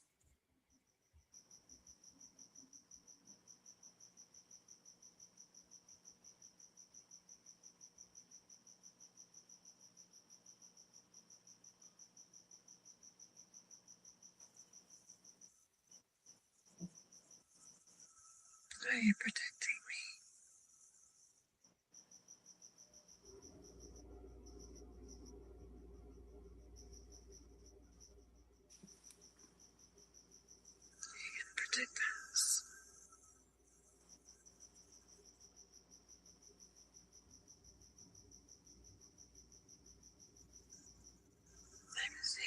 Yes, I was.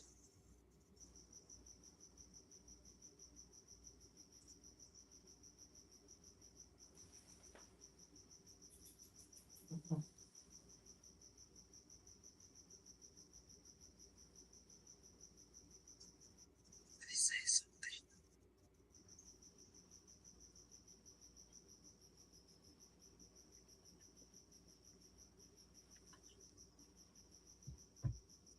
What was that? Let me go back a little bit here.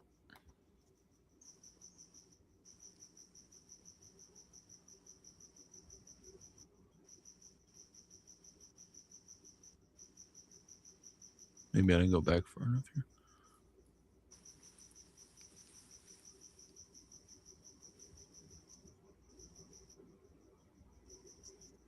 They say something.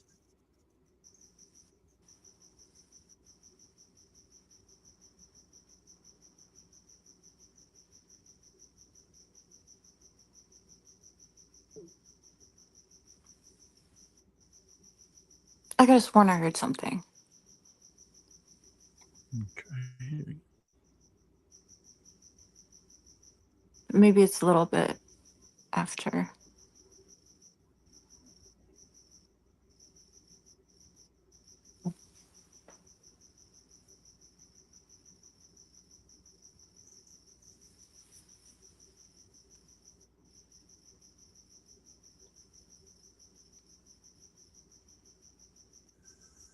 Things.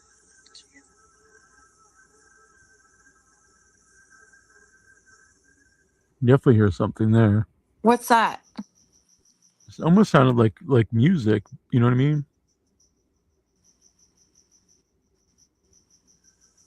Things.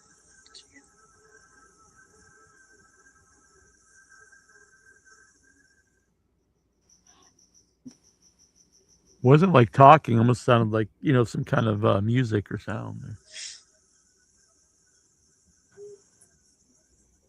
There's a beep sound. I don't know where the hell that came from.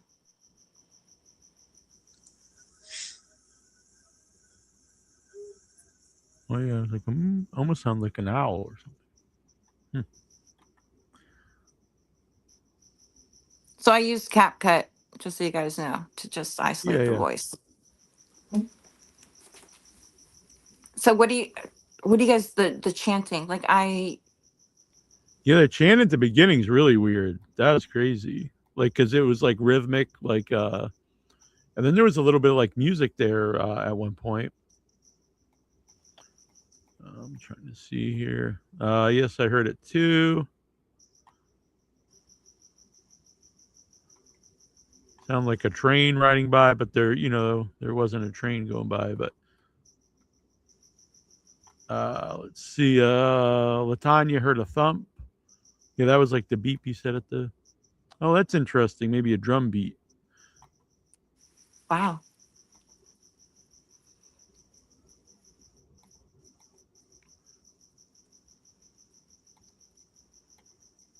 Or like tapping a container. Boom, boom. Were you alone? Ghost Crusader asks. Yes. The chanting sounded to him like a train. It really sounded like a chant to me because very rhythmic. Because Hey, Lover Beers. there is a part in there where it says pray. I think it's before it. I think it's before the chanting. All right, let's go back to the beginning. We can try it again.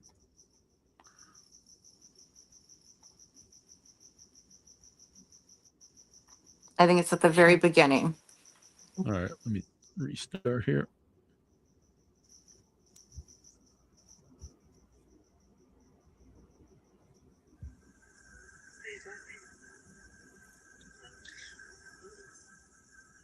There's what's that? Yeah, let's go back here because you can hear something faintly in the beginning here.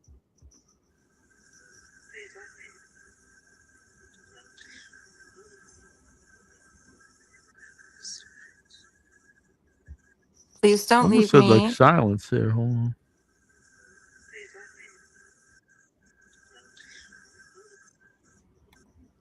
I'm just going back. Yeah, okay.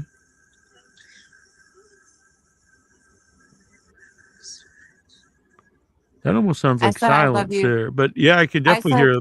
I that was me saying I love you so much. Oh, okay. I said I love you so much, Right. but please don't leave me. That's not my. Okay.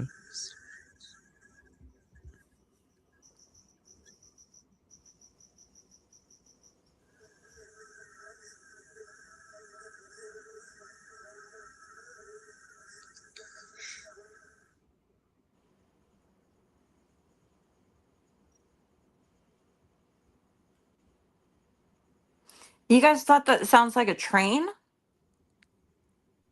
Because it almost sounds like a voice going da-da-da-da-da, like speaking Yeah, it sounds tongues. like chanting to me. And that one was like, yeah.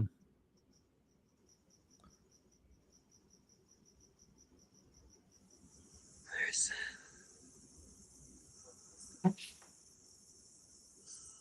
is that you? Where's Right, listen, right after there, Let me go after back. I said, yeah, is that you? Where's no? Does it say no? Hold on. where's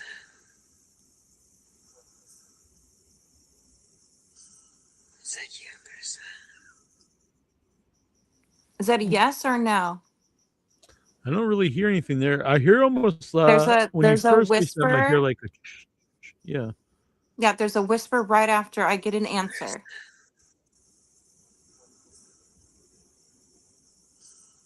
that you? Where's Right there. Hmm. What do you guys think? Is that a yes or a no? is that you? Where's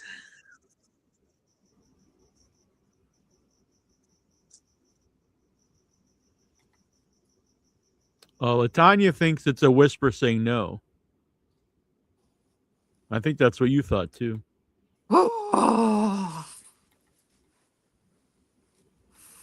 Fuck me. And at different What's times, it that? sounds, some of them sounded like a male voice and some sounded like a female. So.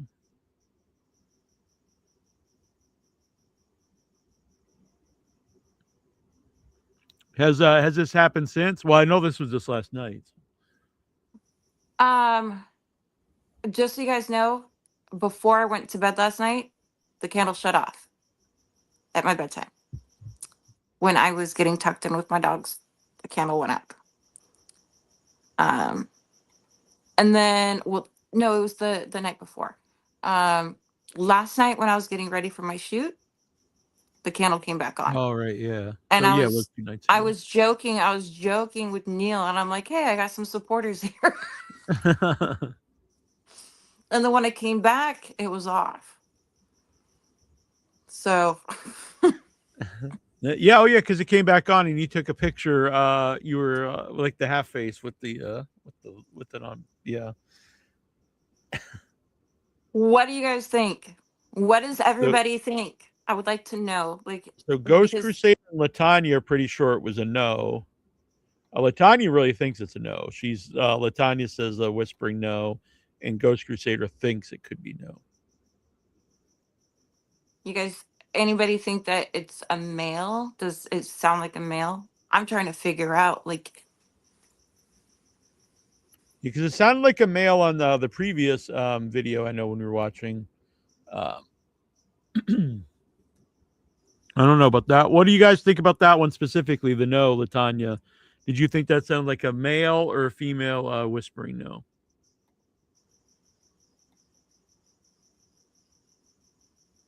Get back to them here in a minute. Did you want me to show any of the other videos? I don't know if you wanted me not to play them or yeah. not. All right. So we got the one with the dog and one in the. Just give me one sec.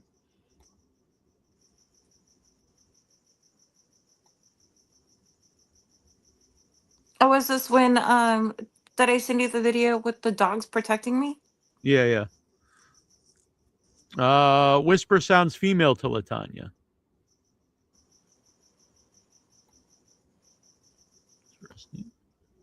Thank you, Latanya. So this is when you were packing.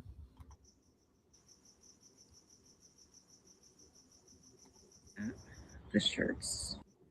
Hold on a sec. Okay, so this is our buddy Casey who had passed away. And I have a few of his things at my house. So I'm wondering if that's his voice. Um,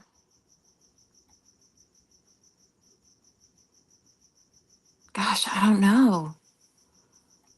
So we are packing up the shirts. Tons and tons of shirts. So the little statue that I have in my garden, this was after he passed. That's in my yard. So he was a collector of a lot of Rock. Yeah, I see a lot of cool magazines there, Bowie magazines. yeah, he was in a lot of That's Casey. Oh, is that him? yeah. I know that right now the Stay there. Dean's stupid thing that is on. buddy. Aw. Get out. Yes. Got a pug? Oh, there he is in the Yeah. painting too. Yeah, he is so cute. I spent a lot of time with him after he passed. He's adorable. But yes, Casey is a collector of so many. He traveled everywhere on tour, so he collected a lot of, like, oh my gosh, I want to say Satanist things. But you know, rock music lends itself to that. Well, he had a pretty disturbed and crazy. Okay. So we are packing up the shirts. Tons. A lot of And then shirts that- too. Yeah, he collected everything. Mm-hmm. He collected everything. So a lot of his jackets and stuff went to the Rock and Roll Hall of Fame. What band was he in? I'm But- sorry. Amen. Okay. Yeah. So man, so I have some of his clothes too. Interesting.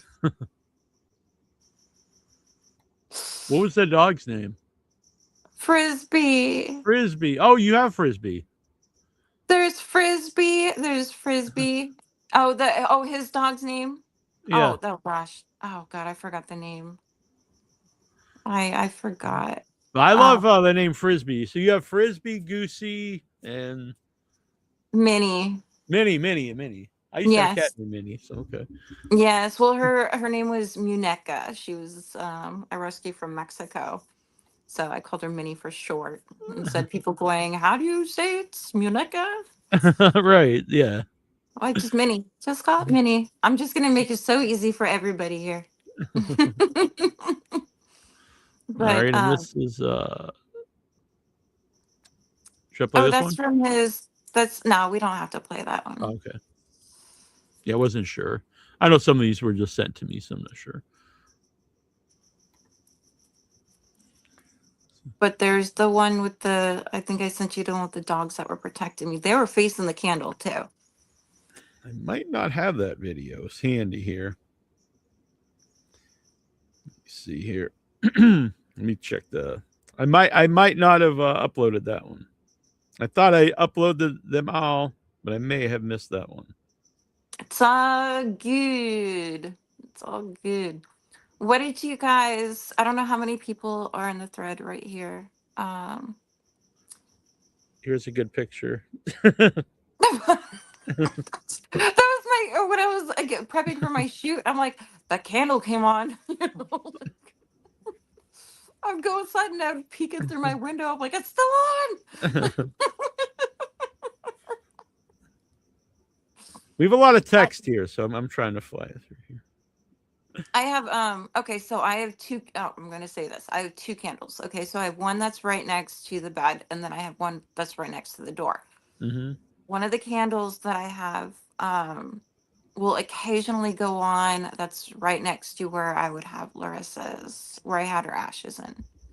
Um, I never really I never thought anything of it. And sometimes both of the candles will come on and they would last throughout the night.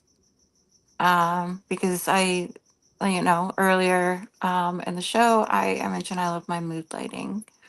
Um, but maybe she knows I love my candles. But afterwards, after I had that experience, I went and I lit white candles because, candles are a form of peace, and respect for our loved ones and a form of protection. And um, so that's why, at funerals and memorials, there's always white candles, because it's a sign of peace. But okay, one thing I'm gonna, oh, okay, so I sage my house. I sage my house all the time. And I always say, if there's any spirits in here, any negative energies, leave this house, yada, yada, yada. I place salt too around my doors Mm-hmm. and everything because I have a variety of energy that comes in and out of my house with family. And some of it's not good. So I will go through and I will protect my house. So with my little rituals that I will do occasionally, I'm actually still curious as how to. I mean, I obviously have things that are probably in here that have attachments, so which is going to make it a little bit difficult to clear out any residual energy. Sounds like a female. Yeah, you have a lot of stuff there, and in the garden, in the house, it's probably impossible to clear out everything. Yeah, well, the house, because my house has everything from my grandparents. Mm-hmm. And so everything is the same. Everything is the same from when I was a child. All the furniture, everything. I mean, it's everything. I can't really do anything yet until not probate, but 'cause my name's on the house. I've got two other family members that are on the house as well.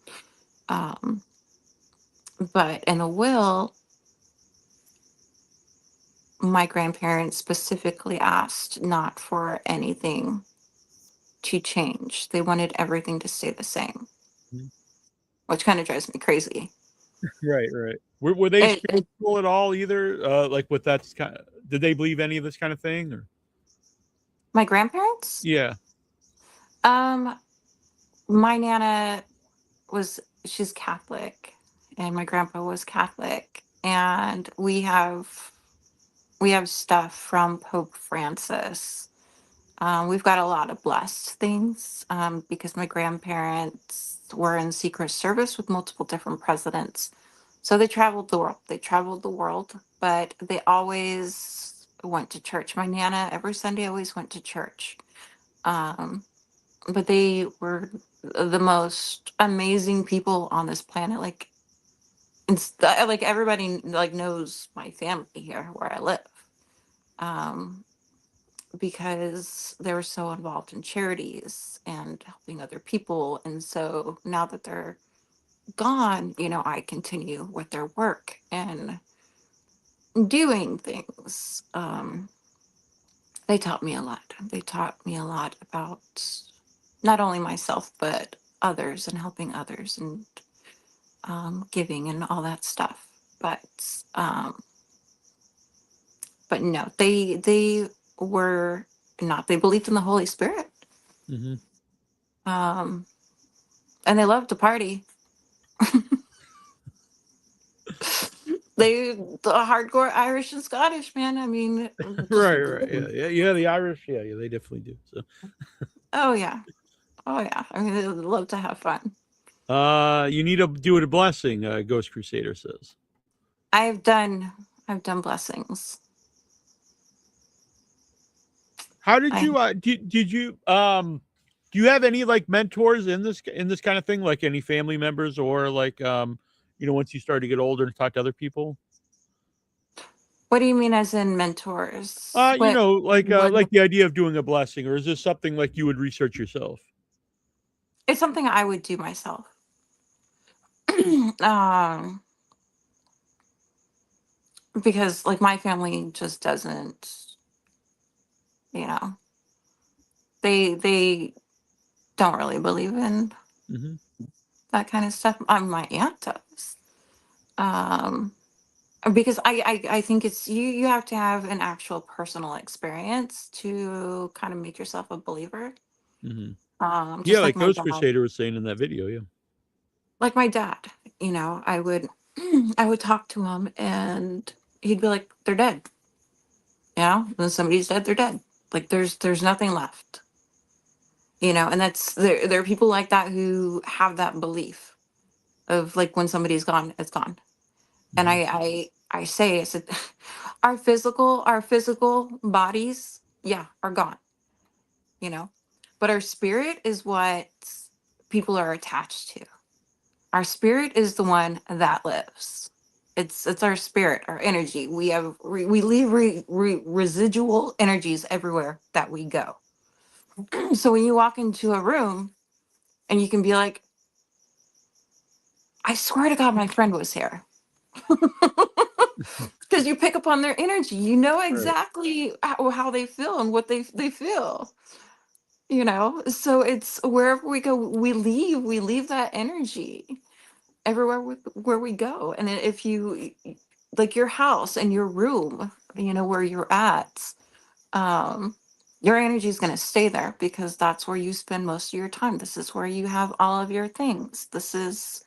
That's your home, that's your life.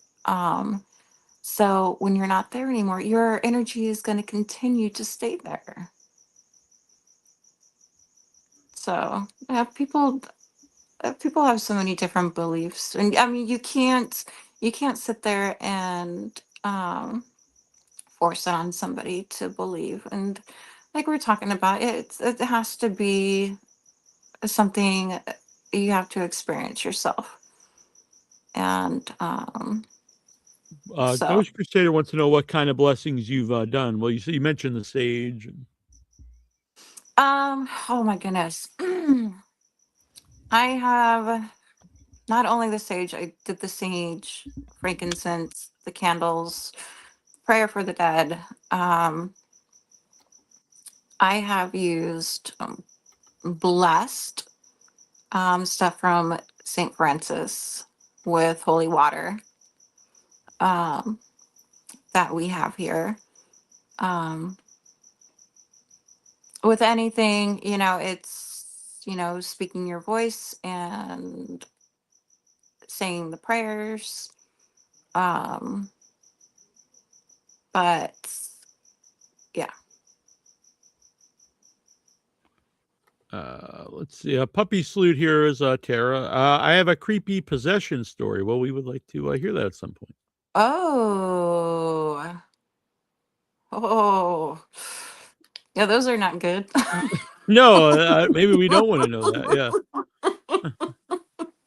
Attachments are not good. There's a lot of people that come through our home, as Neal knows. We sage a few times a month to keep the good energy going. Yes, that's what you do. That's how you got to do it. Thanks for coming here, Latanya. We always like seeing you. So, keep us updated. Yep, I will. I really needed you guys to just kind of. I needed a little bit of feedback with all of those things. Yeah, I think it's good to get feedback and then support. I And have Chris Fleming. Chris Fleming's going to be going over everything. oh, cool. All right. Yeah, and we'd like to, He's Dead hear about. Famous from Dead Yeah. Famous and Ghost Hunters. So yeah, he's psychic medium, all of that good stuff. So we got to jump on. So again, I Yeah, can puppy salute. Yeah, you tell. can tell us if you. Yeah, anytime. Well, I don't know. I don't think. Well, if you're free tonight, you can come on, Tara. If not, we can do it another night.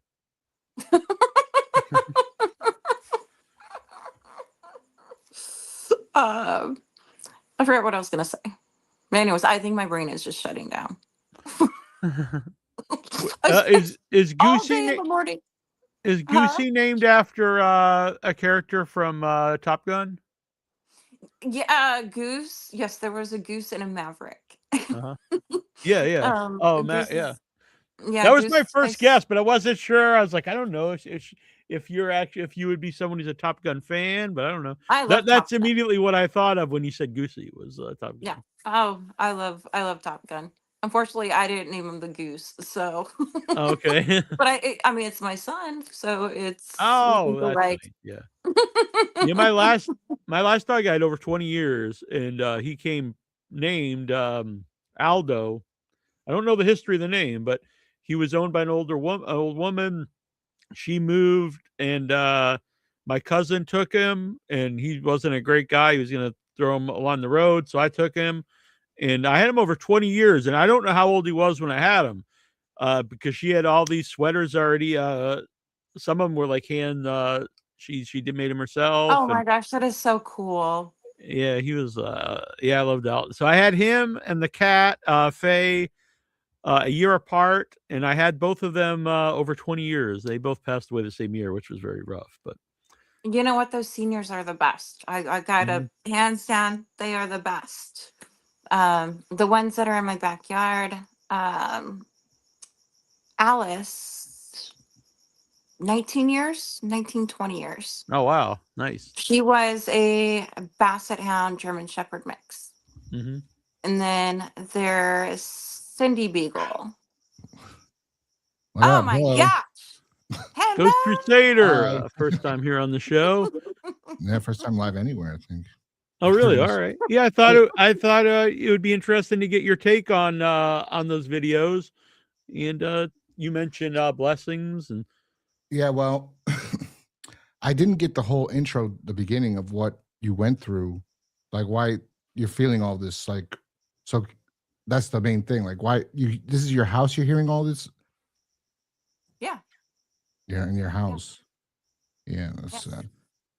Well, I You have brought a something lot of home. You have items you brought home too, right? From your friend that you said look a little bit strange. yeah, there's two of them. There's two of them, but I also have my best friends. I have the stuff that my best friend's ashes were in as well that Oh, are in wow. my room. I collect a lot of things. I also have a garden that has bones in it. Yeah. So It seems that's why you have problems in your house. well, I they're not problems. These are not bad no, at all. Not negative spirits, but it was just one of those things where I'm getting ready for bed, but I'm sitting here thinking, why do I have all of this depressed? Like I'm feeling depressed. I'm feeling sad. Like it was just a feeling to where I'm trying to figure out. And the candle came on. And then that it just clicked in my head saying, okay, my candles have been coming on just by out themselves. of nowhere, recently. So I just started recording. But But I nothing think I negative has happened. no, nothing negative at all. Okay. When there is multiple spirits, it's just kind of you're sitting here, you're trying to pinpoint, you're trying to figure out in your head who it can Who's be, who? Yeah. Who could? Yeah. who because I have my nana, grandpa, my uncle. I have tons of friends I have friends who have passed, there's my best friend. Obviously, there was my best friend. We heard my best friend. She's around. She's always around. But the Mills voice, trying to pinpoint the Mills voice, where that is coming from, and who that is. It's like it's the whole investigation thing. So Yeah. But but the thing is, there's negative energy or spirits can attach themselves to. I believe they can attach to people, objects. absolutely. Oh And- yeah. But they at first they come like they're innocent and sweet, and then things start to happen progressively. You start seeing more and more. Because I've never. You said the candle turned on by itself. That doesn't seem like a good thing. It is. Candles are actually really used to communicate with our loved ones. Yeah. So there was nothing negative.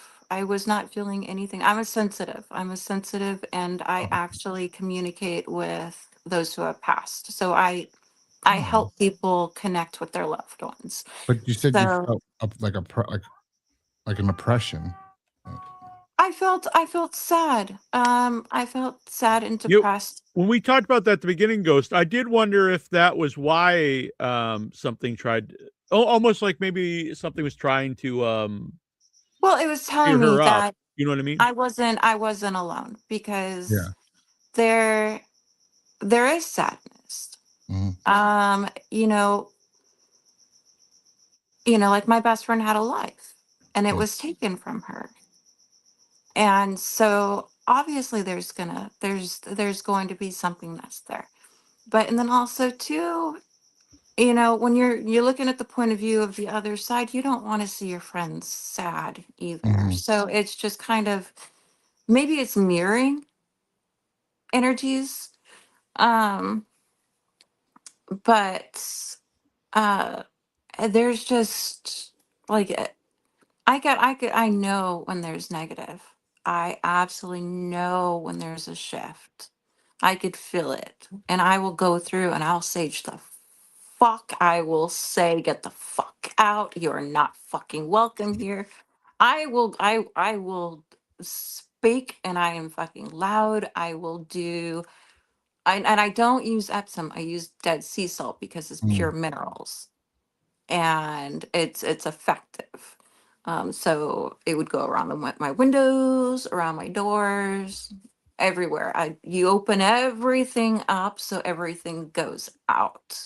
Yeah, that's what I did too. I had Oh, I investigated a house, and it was known to have that satanic rituals were done in the basement of the house, and there's like a stain on the floor where the owner of the house says the a pentagram was drawn, and that's where they were doing the rituals. And when he tried to remove the stain, it just turned to a black, just like burned in the floor, basically.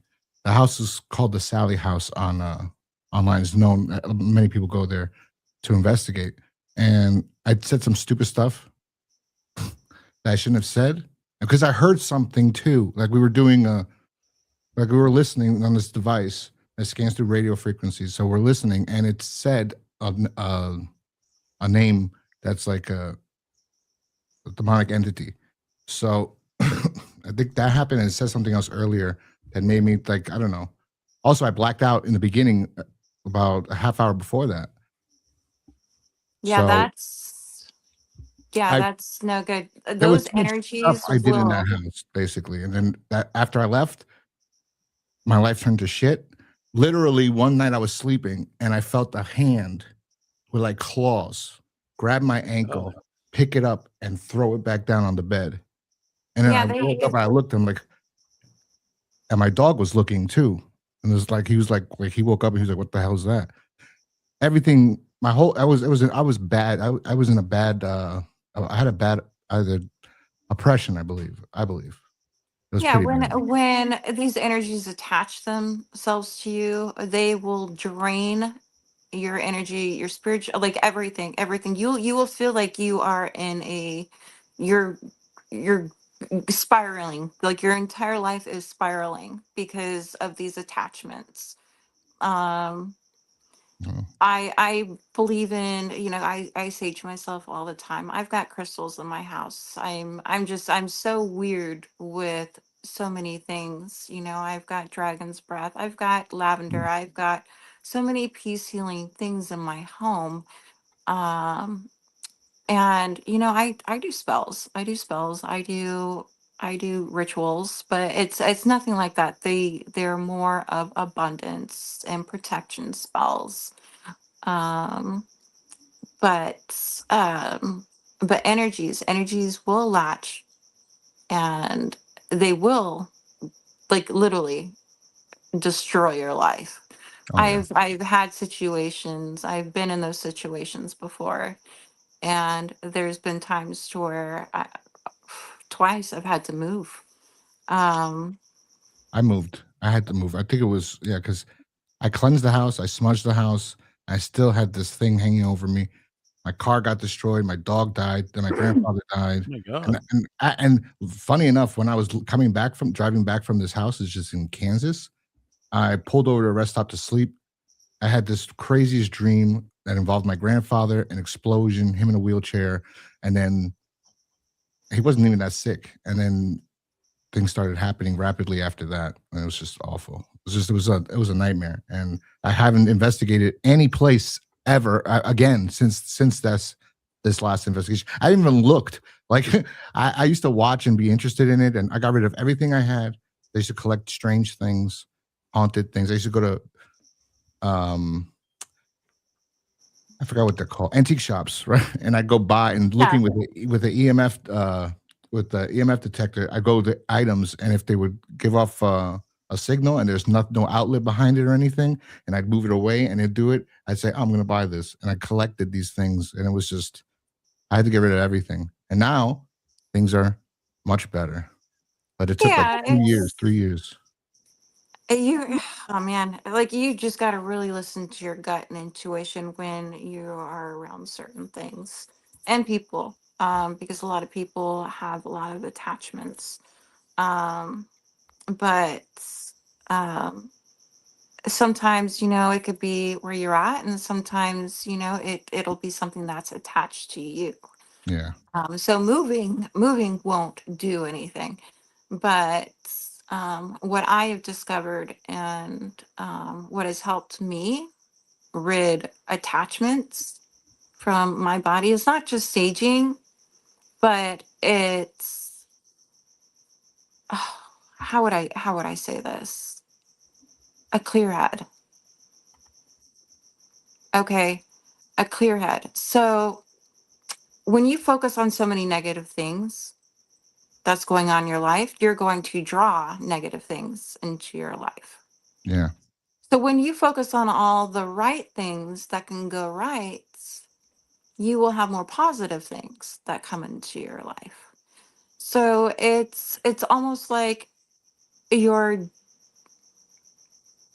it's it's almost you're making a turn away from, like, you're blocking like anything that's coming your way, because negative attracts negative. Like, it just attach, Mhm. it feeds on the energy.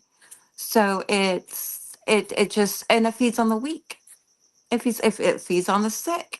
So that's why a lot of people are sick and they feel drained, sometimes they will have nightmares, they'll feel like they're hallucinating. Like, there's a lot of things that come in play, because a lot of, like, evil and these entities and energies, they like to feed on something that is not well, mentally and Yeah. physically. So when you are actually more balanced and you have more clarity, more open-minded, you have more mental strength to shut that out. Like, you could take control of it. You could take control of it. Like, because there's no fear. You've Yeah. absolutely no fear. You are not scared. And that's what it wants to do. It wants to bring fear into you, and it wants to scare you. But it can't hurt you if it can't scare you, you know? Yeah. So that's where, when things feel out of control, because these things. Latanya says the more attention you give them, the stronger they'll try to communicate with you. Absolutely. Absolutely. Yeah, I think too. I was into this too much after I first. I always had a sort of this. I felt like connected to, or I enjoyed these paranormal investigations that other people would post, like Ghost Hunters or Ghost Adventures, these TV shows, right? And I kind of believed, and I had an experience when I was a teenager, where at a friend's house where I saw like a shadow figure in a room in the corner, and then it sat down. And then I was like, I never wanted to go in that room. I didn't say why. But then later on, we'd have other friends go and they'd stay in that room. And then they said, I saw a man in the mirror when I was in the shower. I saw a man standing behind me in the mirror. So then it became known that his house was haunted. And then the house at my great grandparents' house that my grandmother grew up in, they boarded one of the rooms shut because they said they would see like a guy in there in the morning, like shaving. And like, I mean, it Well, was that's cool. I mean, I would probably hand him some shaving cream. I'd leave like yeah, this is like it doesn't sound like anything horrible, this but it is was how weird that they boarded the room shut. yeah. One time I went to that house when I was an adult, and I walked by, and the little sister was like, I don't know, 8 years old now right. And I'm walking up and I see her playing in that room. They turned that room that I saw the shadow guy into her playroom. And I was like, what, why did you do that? But they supposedly had a medium come in and they found out who the ghost was and all these things. Like she said that he used to take care of the horses there. Oh, wow. And, like he lived there to take care of horses because that used to be like a barn, but it's a nice house. But they said it was the barn of the house. So yeah, my great grandparents' house is really, really old. It was like a log cabin, like from the 1700s or something. And then they built the house around it. So people always said it was haunted. Yeah, a lot of people died in the house too. I did an investigation with ghost hunters on the Queen Mary, and we used Barbies. So in one of the areas of the Queen Mary, there is an empty pool, and there is this known female ghost and this child ghost, this child spirit. So we were just sitting there, my friend Chris, who's actually reviewing everything. I sent my stuff to Grant Wilson as well. And we had this Barbie and we had the EMF reader and everything. But anyways, this Barbie, I'm holding it just by the feet, and just sitting there. I'm just talking and I feel like this weight on my leg. Like it feels like somebody's sitting on my leg. And the Barbie decides to bend back like this and it like twists. So the legs bend backwards and then it twists like in a really awkward position and the arms like turn like this. And so they went through and they sped up the whole thing and that was wow. You were holding it when this happened, or I was holding the Barbie. We're doing an investigation. You didn't see it when it happened? Because I would have screamed. You didn't see when it happened? if it happened or did it happen gradually? No, it happened gradually. It was if it happened fast, I would have screamed. No, they went through. They like sped up the video and you could see it. Sped up the video, and because I was holding it and I was noticing, I was telling them, like, I was saying, I think the Barbie is bending backwards. And so it was the legs were actually bending backwards. The body was bending backwards, and then it was like turning. And then same with the arms. The arms turn like this, so it was in a really backward, awkward position. That's and oh my gosh, I gotta find it. Tara, I think you're muted, by the way. I've never. Hello. There you are. Yeah. Hello. Hi, Tara. Hi, Jenny. How's it going? Good. Nice to have you. Your stories are really creeping me out. I'm sorry. I'm like jumping at noises in my house right now, and I'm like, oh. I'm like legit really scared. But there's nothing to be afraid of. There's nothing to be afraid of with these things. So what's this possession story, Tara? Okay, Jenny, I want your opinion on this story. Sure. Okay, not many people have heard this story, and I feel like you're the right person to tell it to because you're really open, you know? Mm-hmm. So one time I made a really bad decision, okay? And I decided to do a Ouija board alone. Ooh. And, Okay. and nothing happened.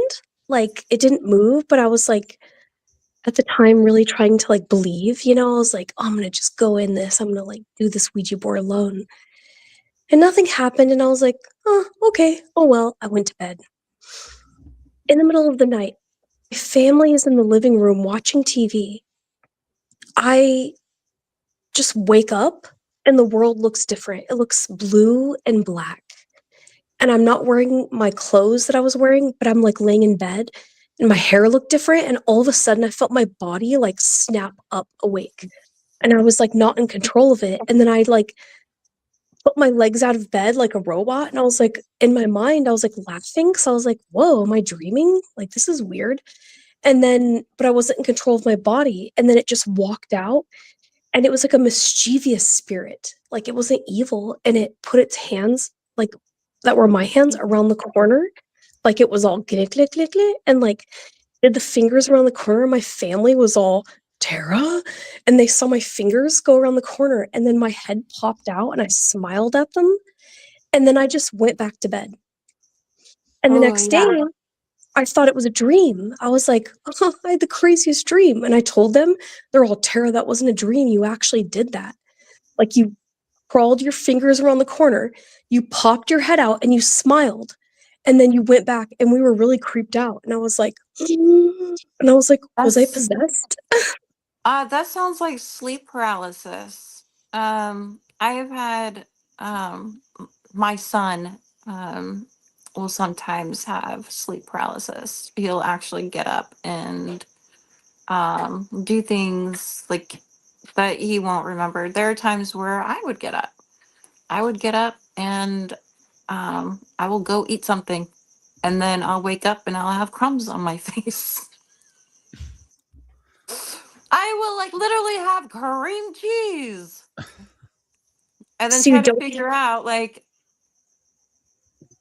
did There was I? a so there used to be a documentary on Netflix about sleep paralysis. I don't know if it's still there or not, but it used to be Yes, on there. yes, but also too with Ouija boards because you always have to when you do a Ouija board, you always have to do a protection prayer. You always have to do a prayer first before you because a Ouija board is it's an open portal. So you're opening up to anything and everything to come through. But yes, spirits, they do attack you in your dreams. So it is they will show themselves. So when you are asleep and you see faces in your sleep, those are actually spirits because your face can't not your face, but your when you're sleeping, you can't you can't develop those faces. Like it's just your mind do you guys know what I'm saying? Like Yeah, you a little bit. like you're so try this. Okay, so when you're asleep, do you actually see and if you're having a dream of yourself, do you actually see your face? no. No. Because when you're dreaming, you cannot recognize faces. Oh, Mm, Okay, so when you are dreaming and you see a face, that is a spirit. hmm. So if you think about it, because you can't even see your own face when you are sleeping, and even with your friends and family, you in your mind, you know that it's your friend, you know that's you, and you know that's your family, but the faces are unrecognizable. Well, mm. Okay, so when you actually see a face in your sleep that you don't recognize and you don't know, then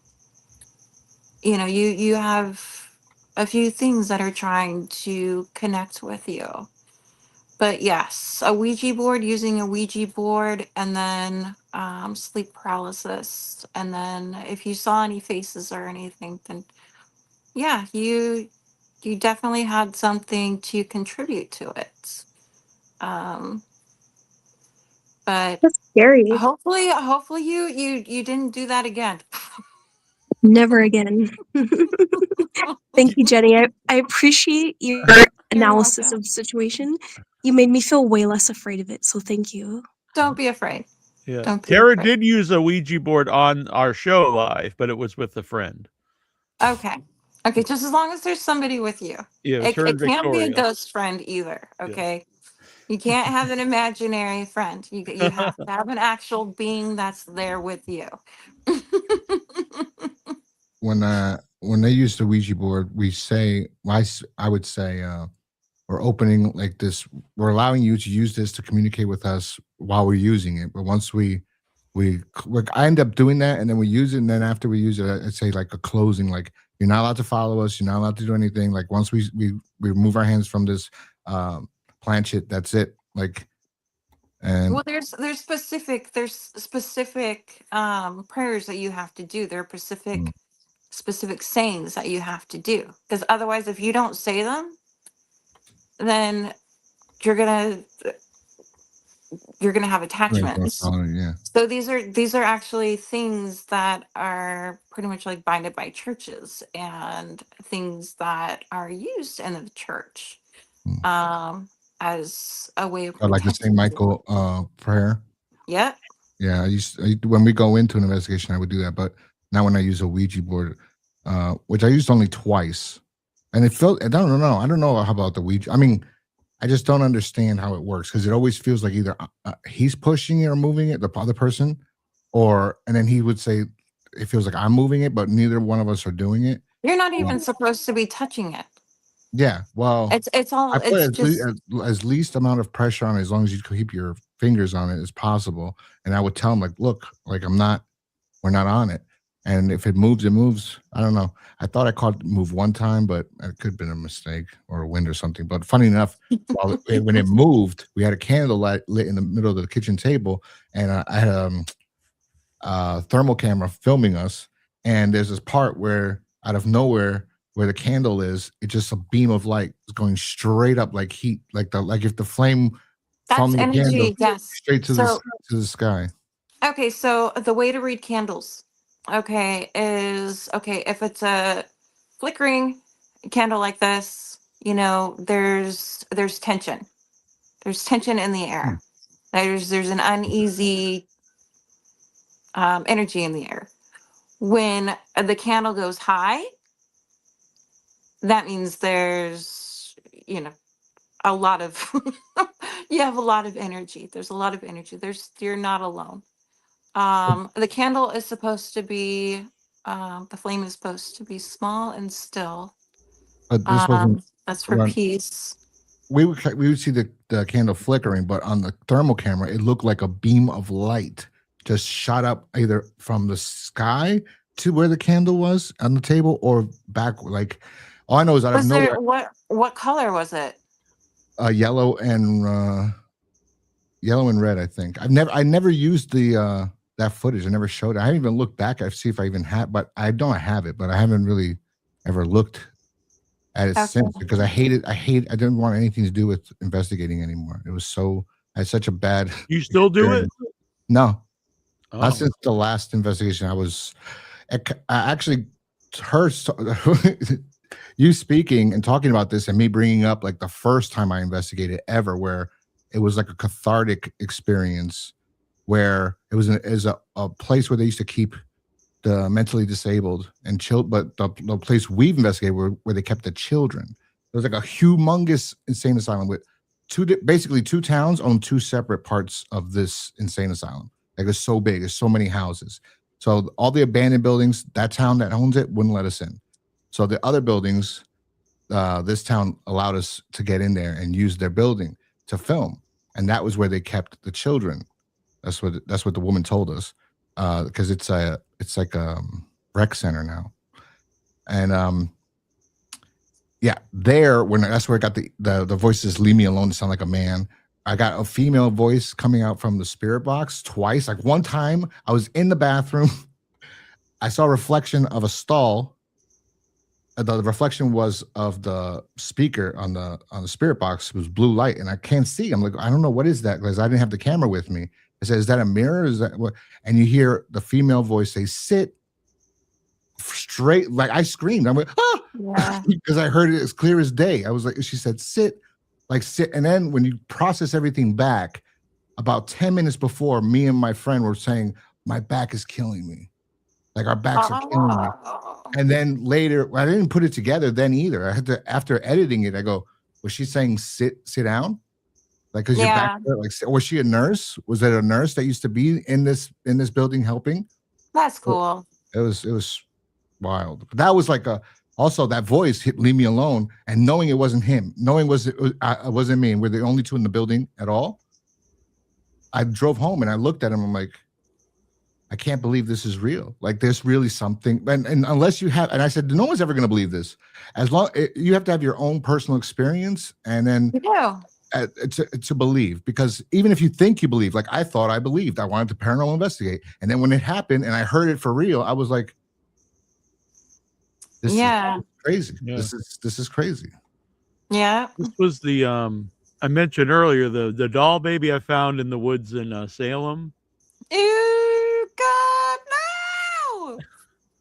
So yeah, and then there was a boot. And there's just old cans, but oh yeah, and there's the skull.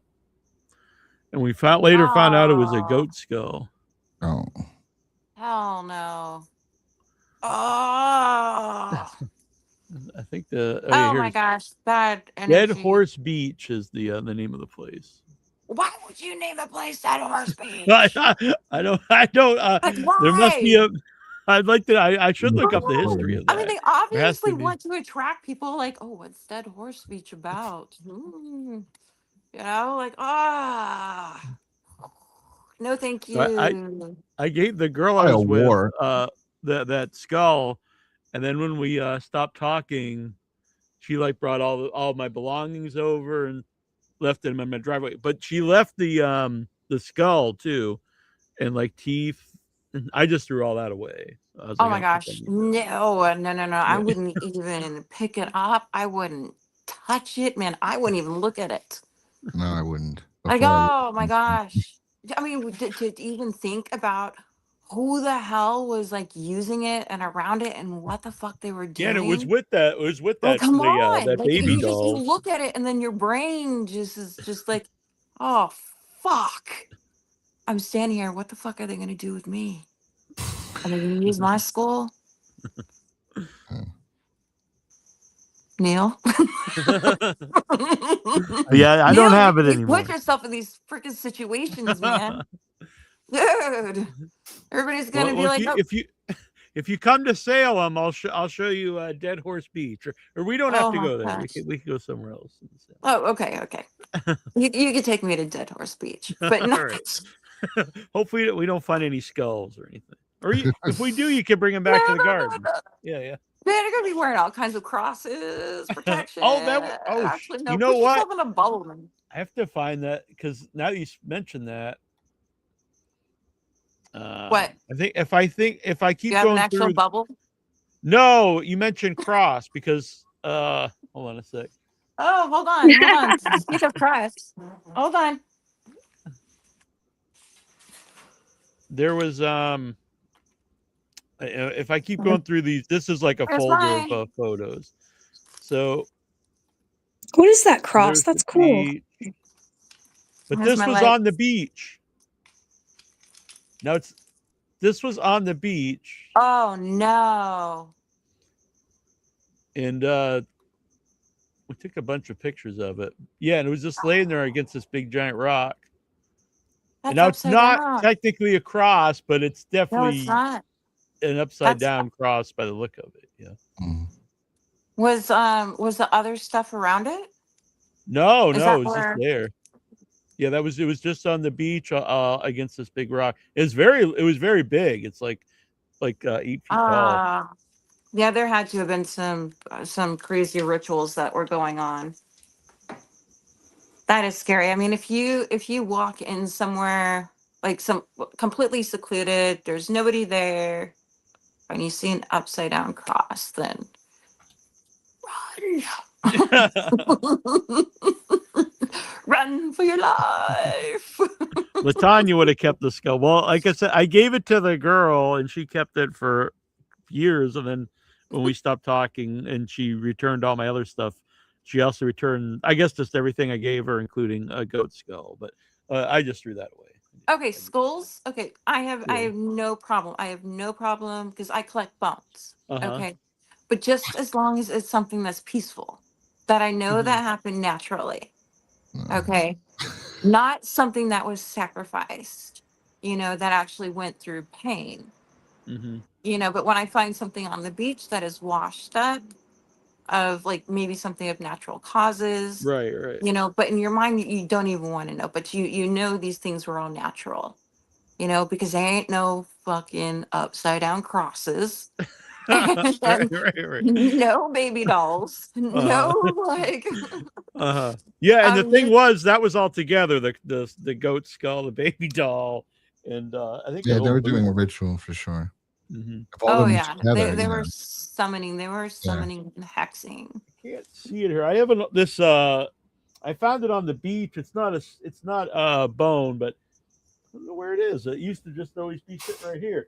It's a piece of wood, but it's like carved, and it to me it looks like a peg leg, but I don't know what it is. But I found it washed up on the beach, Mm. and so I brought it home. I live Oh, by that's- I live by the beach. By Dead Horse Beach.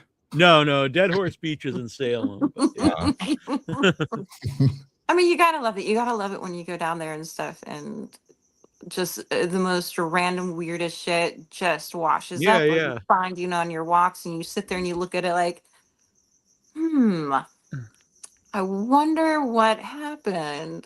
Like, you're just but you or what it is, or There I was don't know. it was huge. There was I don't know if I'll be able to find a picture of it. It was it's sad because it was a beached whale on my beach. I- Oh, it was so big. It looked like like a monster. I don't know where I'd be able to find the picture. Probably on my local page or something. But yeah, it was insane.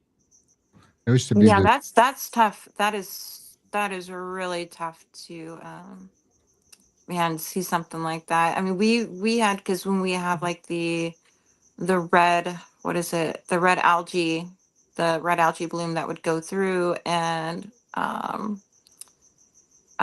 marine life will get sick, so we would have dolphins, seals, birds, all kinds of animals that would wash up on our beach, and Mhm. I would go through and do my best to bury some of these animals. But then also too, like where I live, we have a natural oil preserve. So we have natural oil that seeps up through the sand of our beach. And also the one of the oil rigs too is the same one that Aaron Brockovich fought. Oh wow. And yeah. So oil still seeps from, the bottom of the ocean of where that rig is. Um, so there'll be times when you're walking on the beach and there'll be tar. I have oil, for my feet, just in case if I get tar. I mean, it's been going on since freaking the 80s.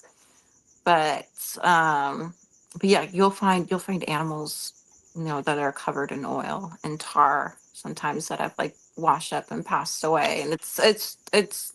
sad. It is so Yeah. sad. But I'll go through and I'll bury them all. I did find a really cool wing.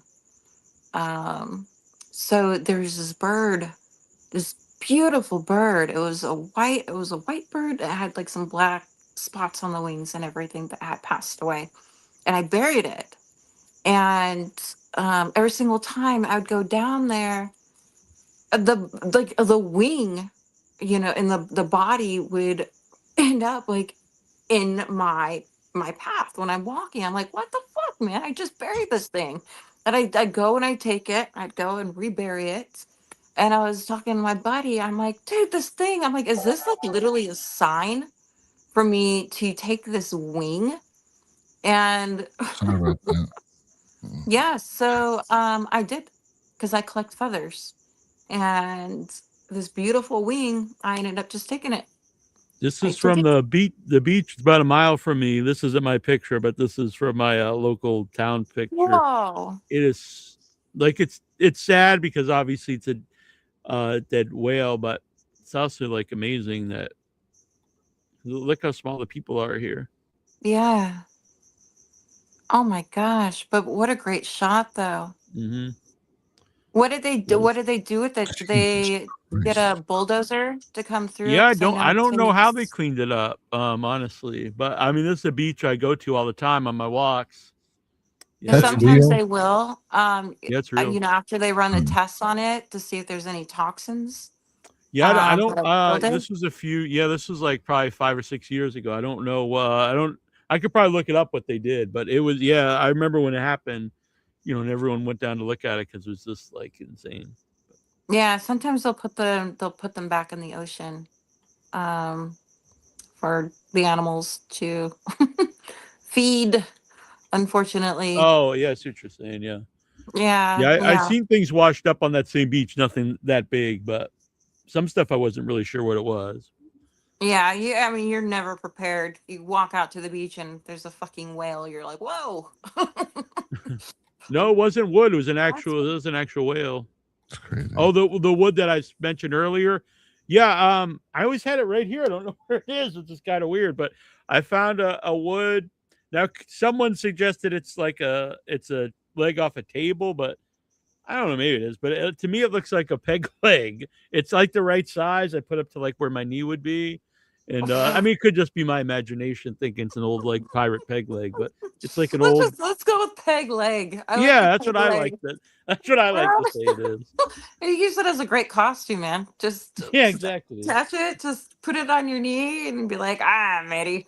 Exactly. Yeah, I brought it home and keep Just it in a my little pair. basement for whatever reason. But yeah, I like it. I have a All right, guys. creepy story about animal school.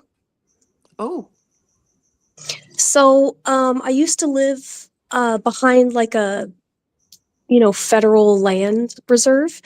And one time I went hiking up in like the desert mountain and I saw like a bunch of stones shaped like a spiral. And there were like little tiny dog skulls all around. Like they looked like little chihuahua Damn. heads. oh no. Yeah, like they definitely were dogs.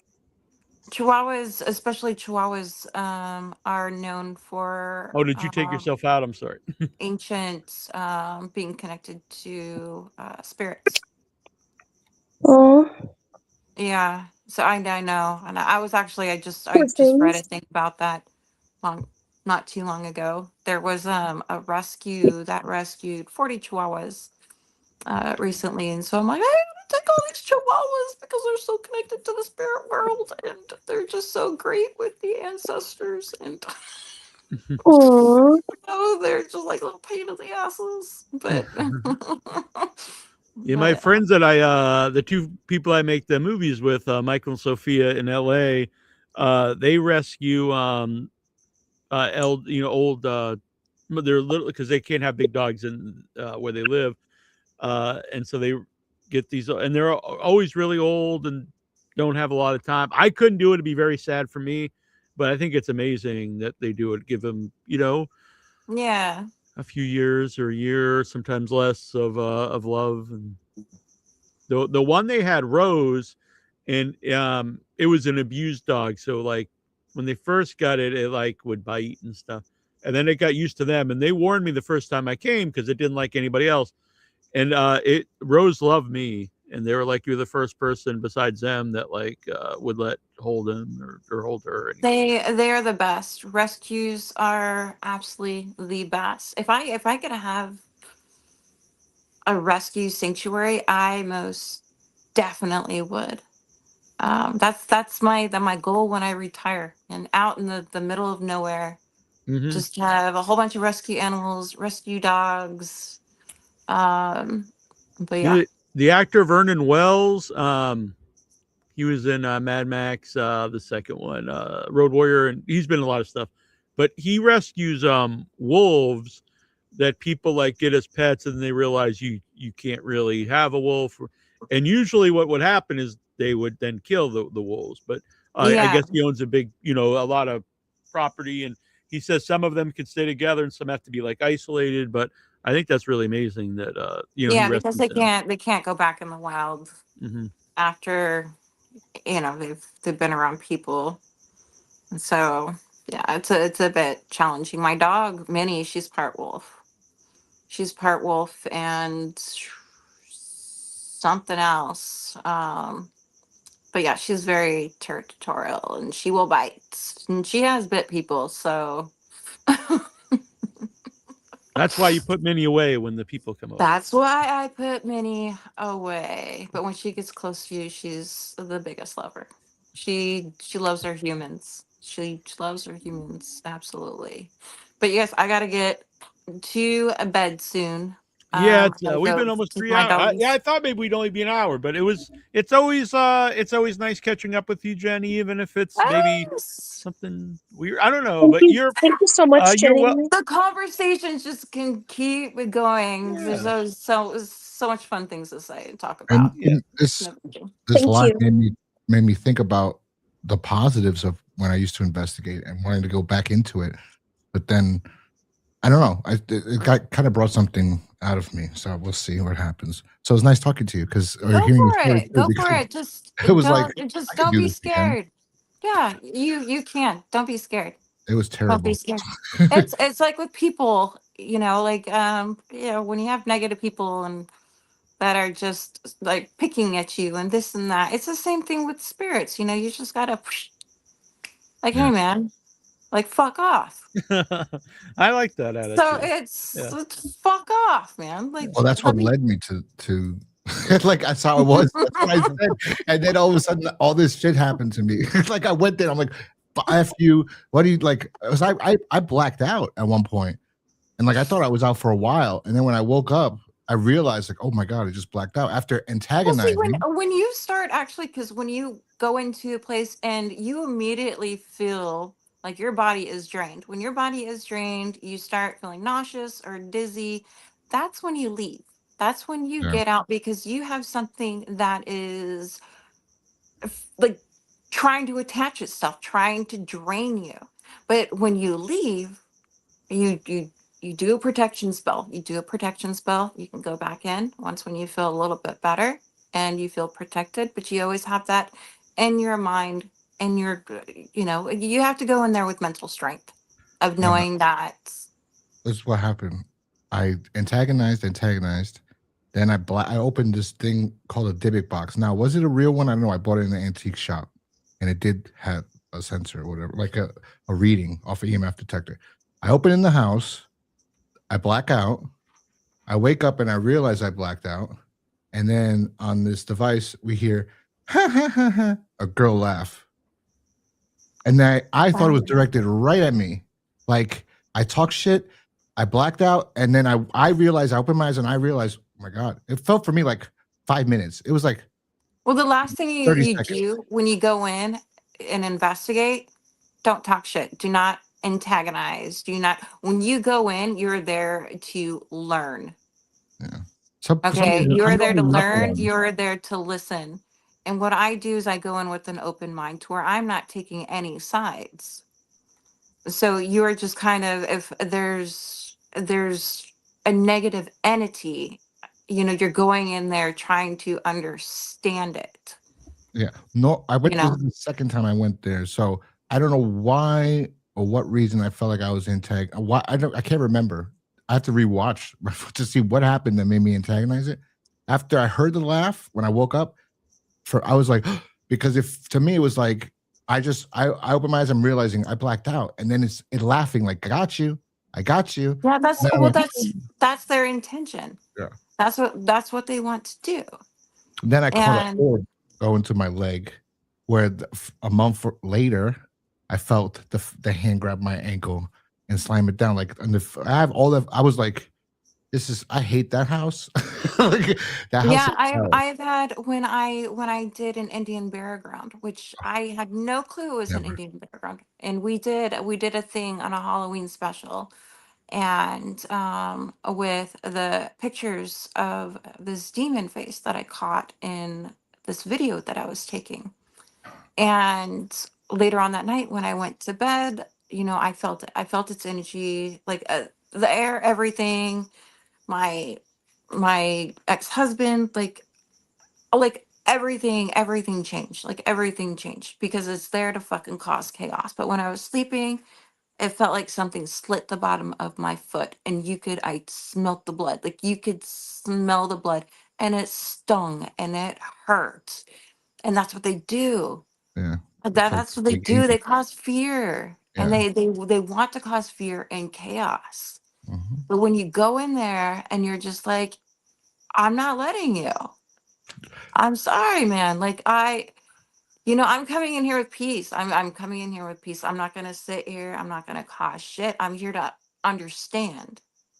The first I'm here. I want to know where you came from. I want when to we know your name. I want to know your history. You first know? went there, like 10 years earlier, that we got a permission from the town. The town was taking care of the house. So I had to talk to somebody there. She came, told us the whole story. Should we leave? I go get my cameras at the hotel. We come back. It was just me and him and the woman, and she left before us. So the house, everything was fine. We come back, the radio's on. And he's like, did she turn on the radio? I said, no, she left before us. We left, the radio was off. It wasn't on. So we trying to figure out, because it wasn't a push button. So you have to turn the dial to turn, it was an old radio. You have to turn the dial to turn it on. Then we would see that later on, the dial for the heat in the house would go up too. Like by itself. Like if somebody was touching, like this house is, It's all miserable. energy based. Yeah, it's just horrible. It's all energy. There's some is. locations that are just well, you could, like you said, you walk through the door or you walk through the threshold and you could feel it. You just feel the difference. Something's off. Heavy. Yeah. It's really heavy. I had to go back to do Sometimes it can pickup get truck overwhelming. by myself for the interior of the house. And I went and I saw the owner and I'm sitting there, we're talking, and I go, I don't know why I'm doing this.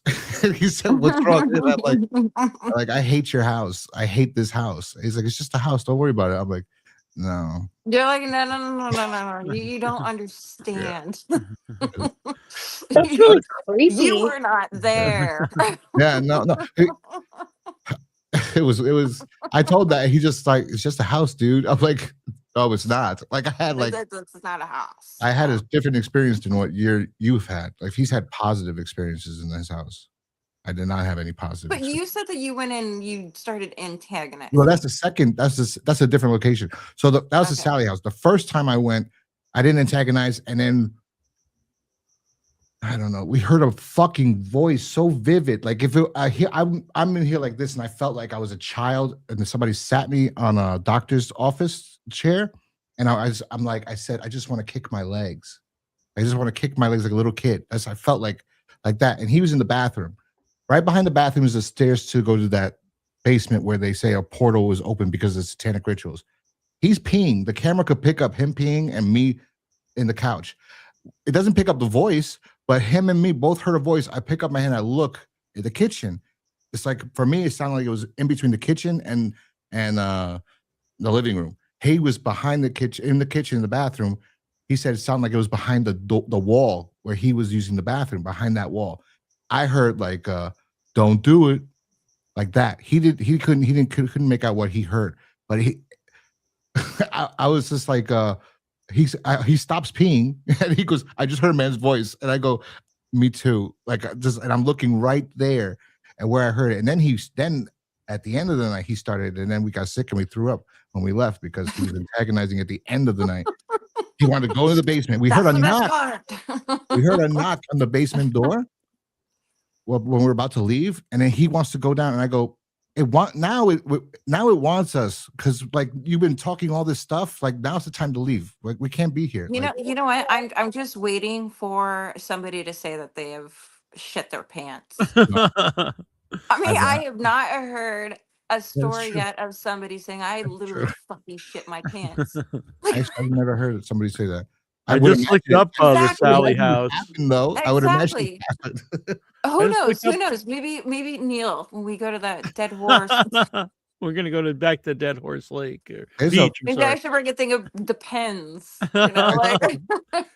I saw a That's a guy. good. You know, Meet me at like the airport. Here you go, Jen. in old movies, they used to give out the barf bag. It's so scary, it'll make you puke. Yes. Whatever. You can give out adult diapers. This is so scary, you're gonna shit your pants. Yes. They Oh, don't this even is give you that Without your perfect. head on them. I don't know. when you go to one of I those, can't believe people actually puke, man, during like movies. when you go to one of Yeah. those haunted not museums, like you pay, you go, and there's a house and there's people, they set it up for like a haunted house attraction, and they scare the crap out of you in there, right? You see Yeah. videos of people like really getting scared. I would imagine like even I don't know. I can't put myself. If I put myself in that position, I don't think I would crap myself. But I can imagine Okay, like, the way there's these a people are difference. screaming, they have to, right?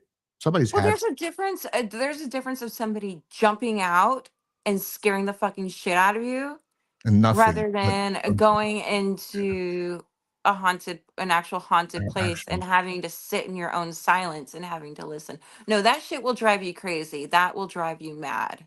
I looked up the And Sally house. It's interesting. It says yeah, yeah, house dates back to the mid 1800s. Said to be haunted by the ghost of a young girl named Sally.